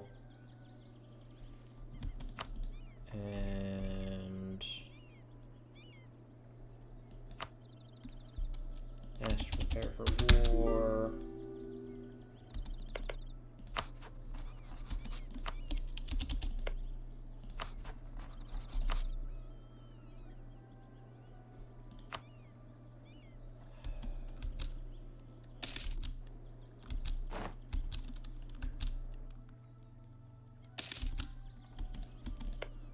Give you 300 ducats.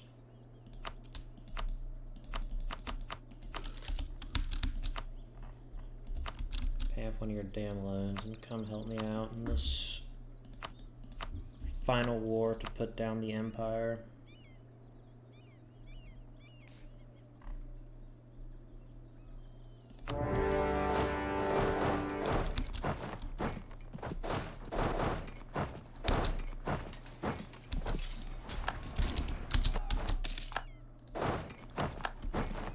There's the Treaty of Tordesillas.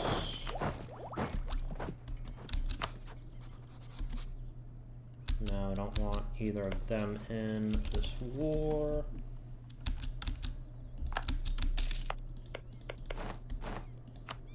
There's not a single kobold left.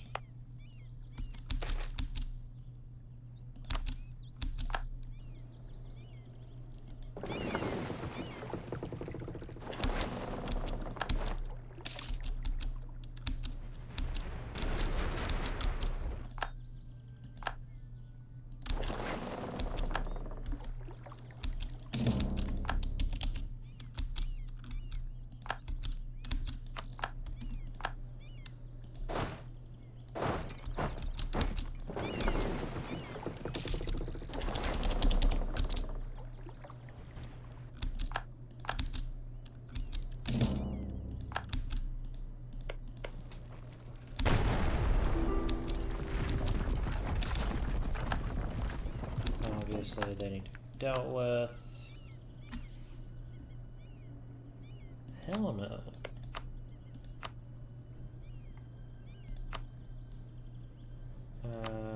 They do not want to get out. What if I sit on the capital?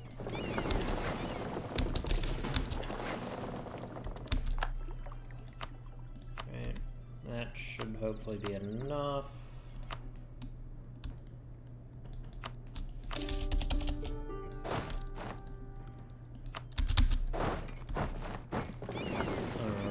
This fleet can come down this way.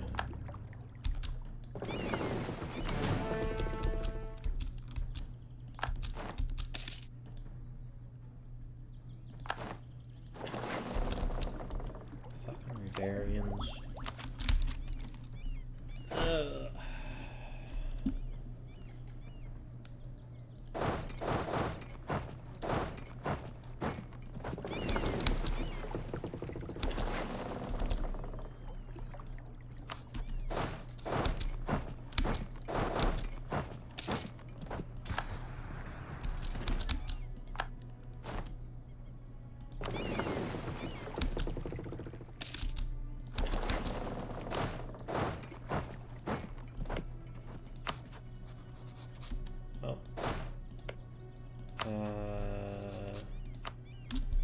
they'll actually give me military access. That's actually very funny.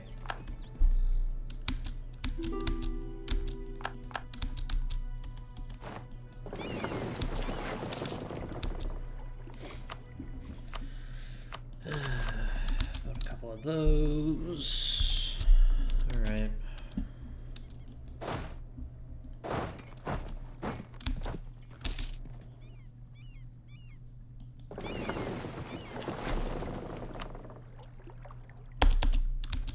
Sure. Take that. The Emperor is Istralor.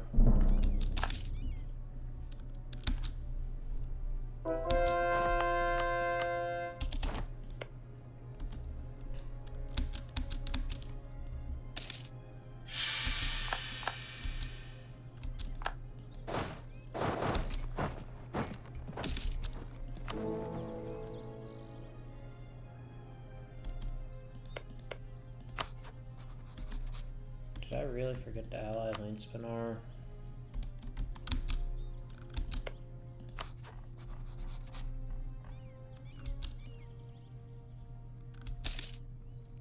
Alright.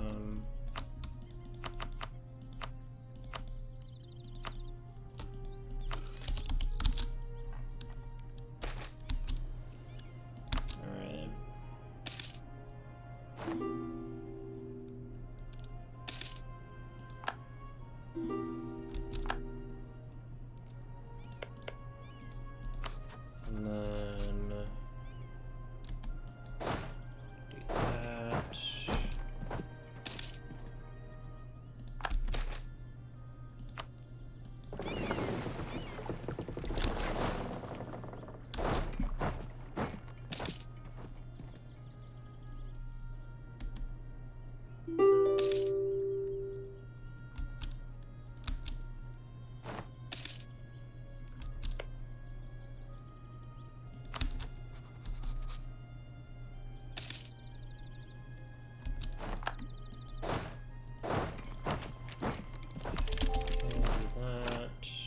Ashen Thorn Formation. Alright, who wants to get out? Pearl's Edge.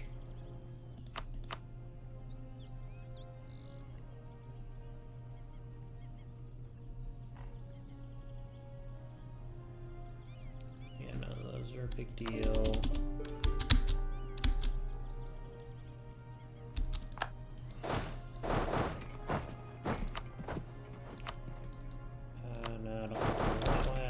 That though, truce with Varen, Wisdom.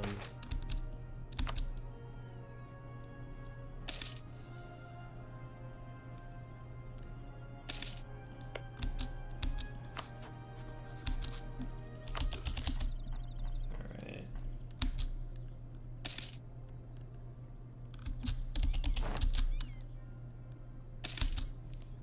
Alright, now let's just do yes man.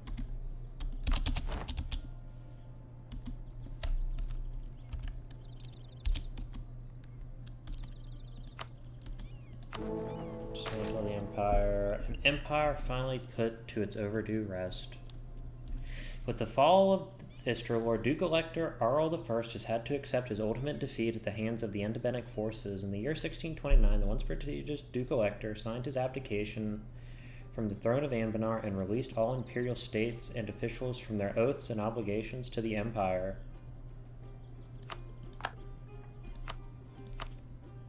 Alright.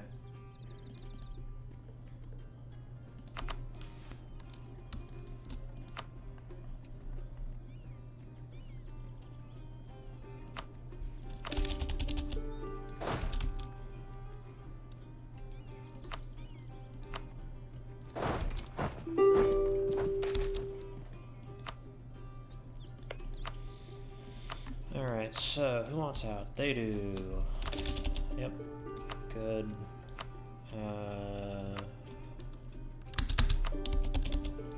Good. Blue Heart, good. Despite their cutesy name, it's actually... Blue Heart's pretty cool.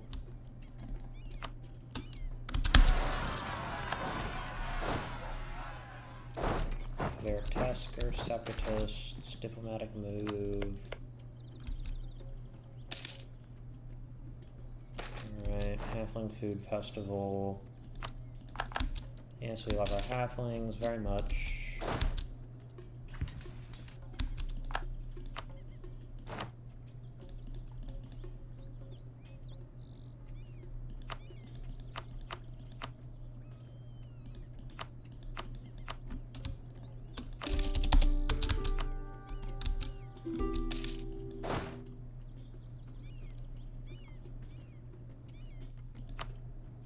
And the Magisterium.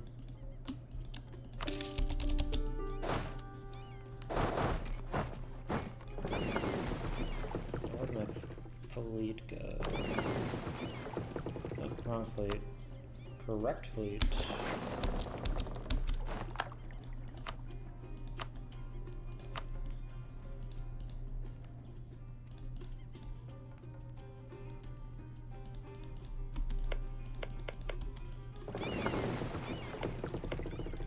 Oh yeah, I went to Star Regent Court. That's kind of cute.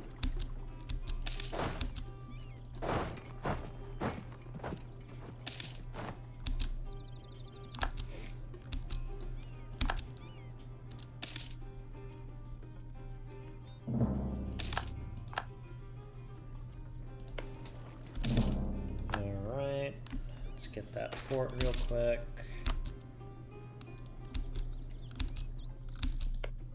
Anyways, let's begin dissolving alliances. Dissolve that alliance. Dissolve that alliance as well.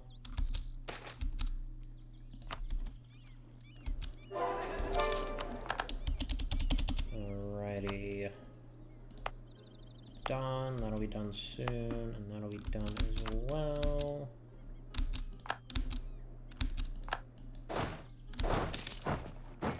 And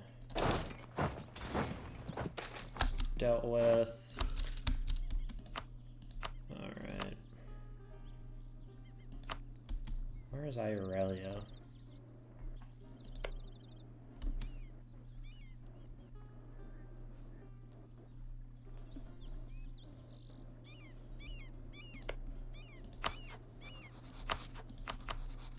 Ah. Cool. And from the rent, we will take that province.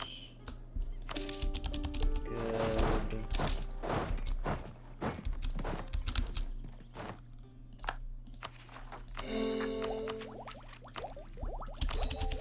Good.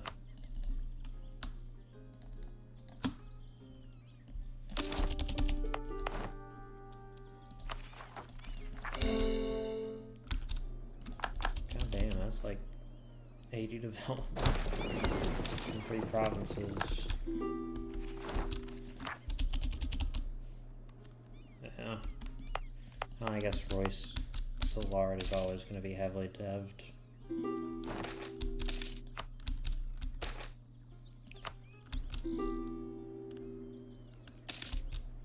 Alright.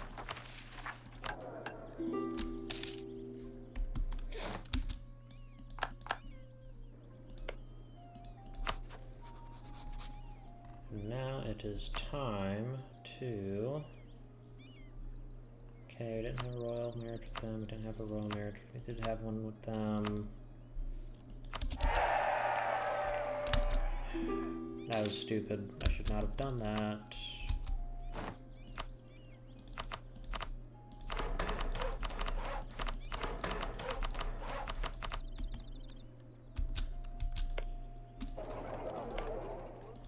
Alright. Nope, dissolve it.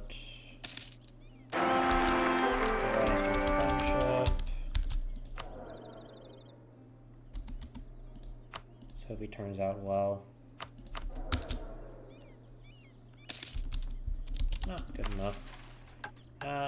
We will see if we get the unicorn and see if we can get anything from that.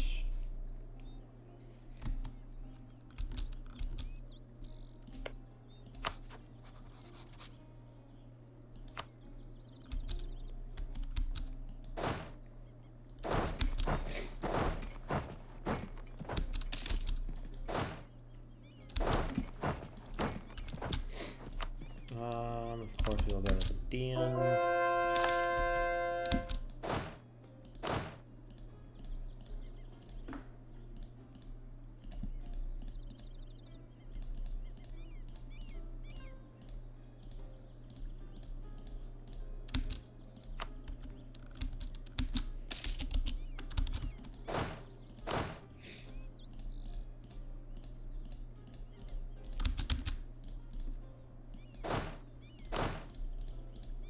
Right, there we are. Excellent work.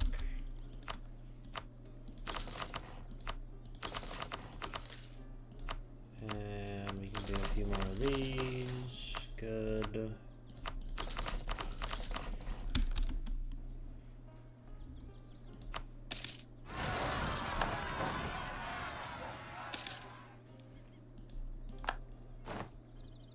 I think I should be able to get the unicorn. I have only good trades.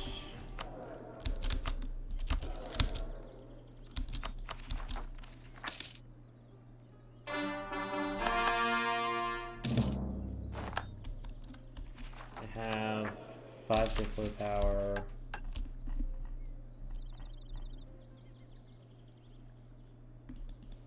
Yeah, 5 Diplo.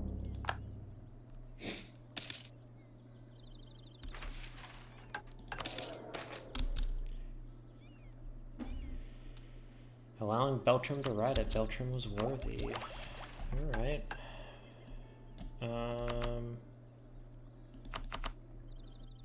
I am just going to real quickly see if there's anything. Create a 6. Good, that's 1.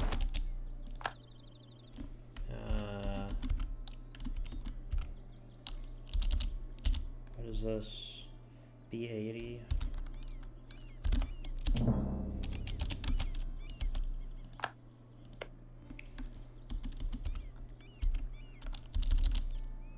A 22.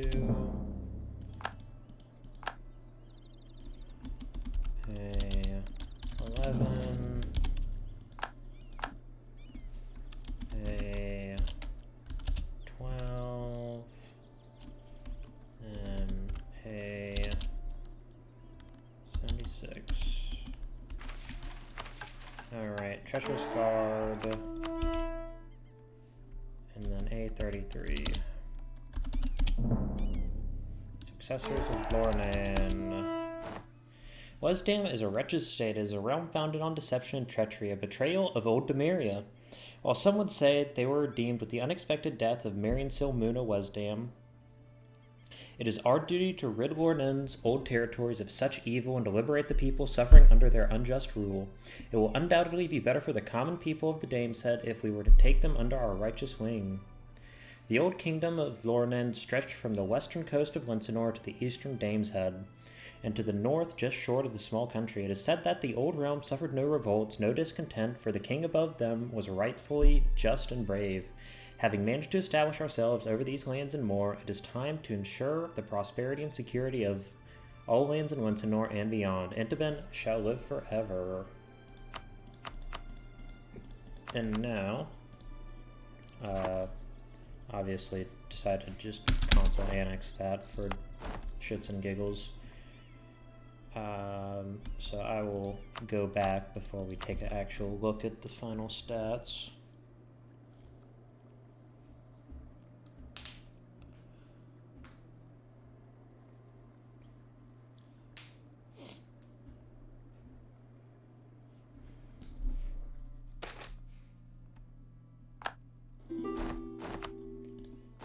So let's take a look. Army quality, discipline, nothing special. Morale's decent.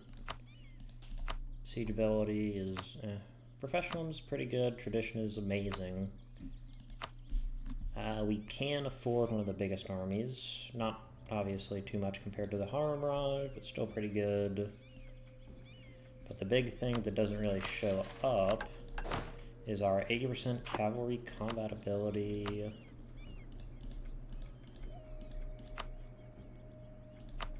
We actually have a very good fleet. Army losses up there, obviously. 2 attrition. A lot more cavalry than usual, though.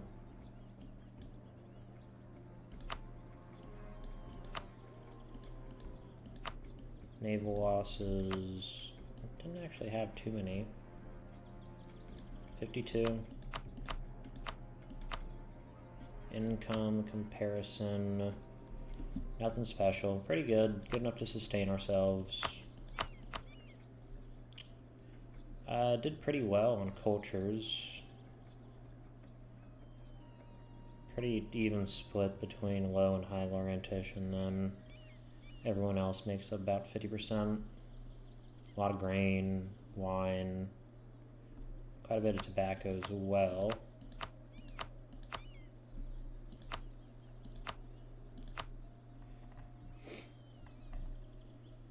Not too many countries had any sort of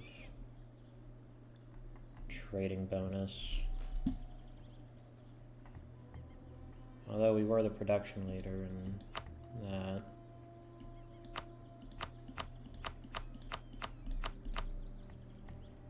Alright, I think that's about it. And before that, we can take a little... Nope, let me just type it in.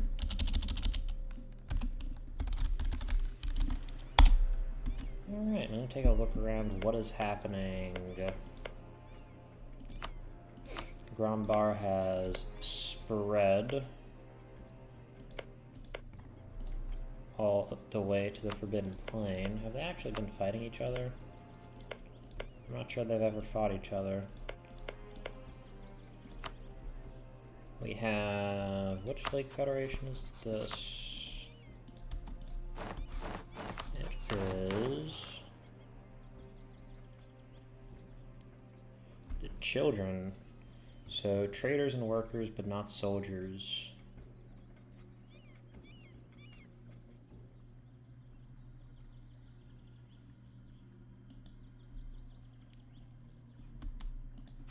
And over in Hellas, Bjarnrik got Modok, but is going to probably have that taken from them. The Hobgoblins managed to do their thing.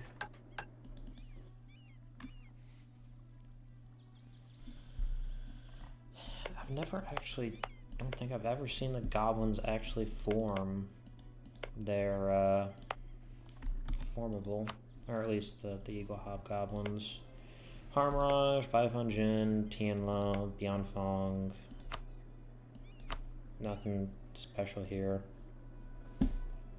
Abuvia is a little bit unusual. Asarta and Zerat are still around, which is quite cool. Still the Riverclaw dynasty. Anything else interesting? Kunalo got big.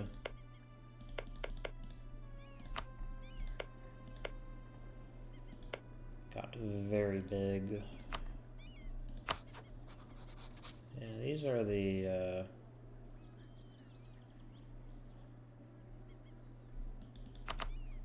I think that's the Expeditionary Nation. Rezincond, looking big and beautiful. Osgaram is a thing. Triarchy formed by the goblins, as per usual. Sarda and Benmas are cousins. Well, not our cousins, our children, I guess.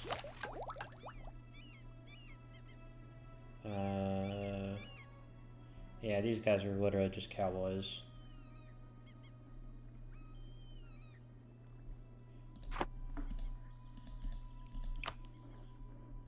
Ooh, Chaos actually formed. Which is always a fun thing to happen.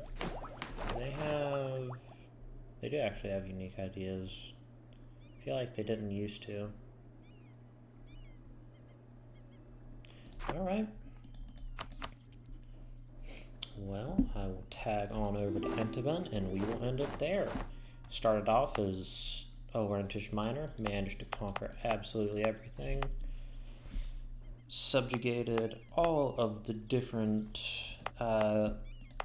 Duranics, and then over Sornikostes, some of the High Laurentish wards, and then we finished off Laurent, and then we took the rest of Small Country, moved on up to take all of the Golwetty land. We did not make it in time to save the kobolds, unfortunately, but we did manage to take some huge chunks out of Gowet, and I think Lornan would be proud of us. So that is where I'm going to leave it. I want to thank you all so much. I hope you've enjoyed this campaign, and have a good day.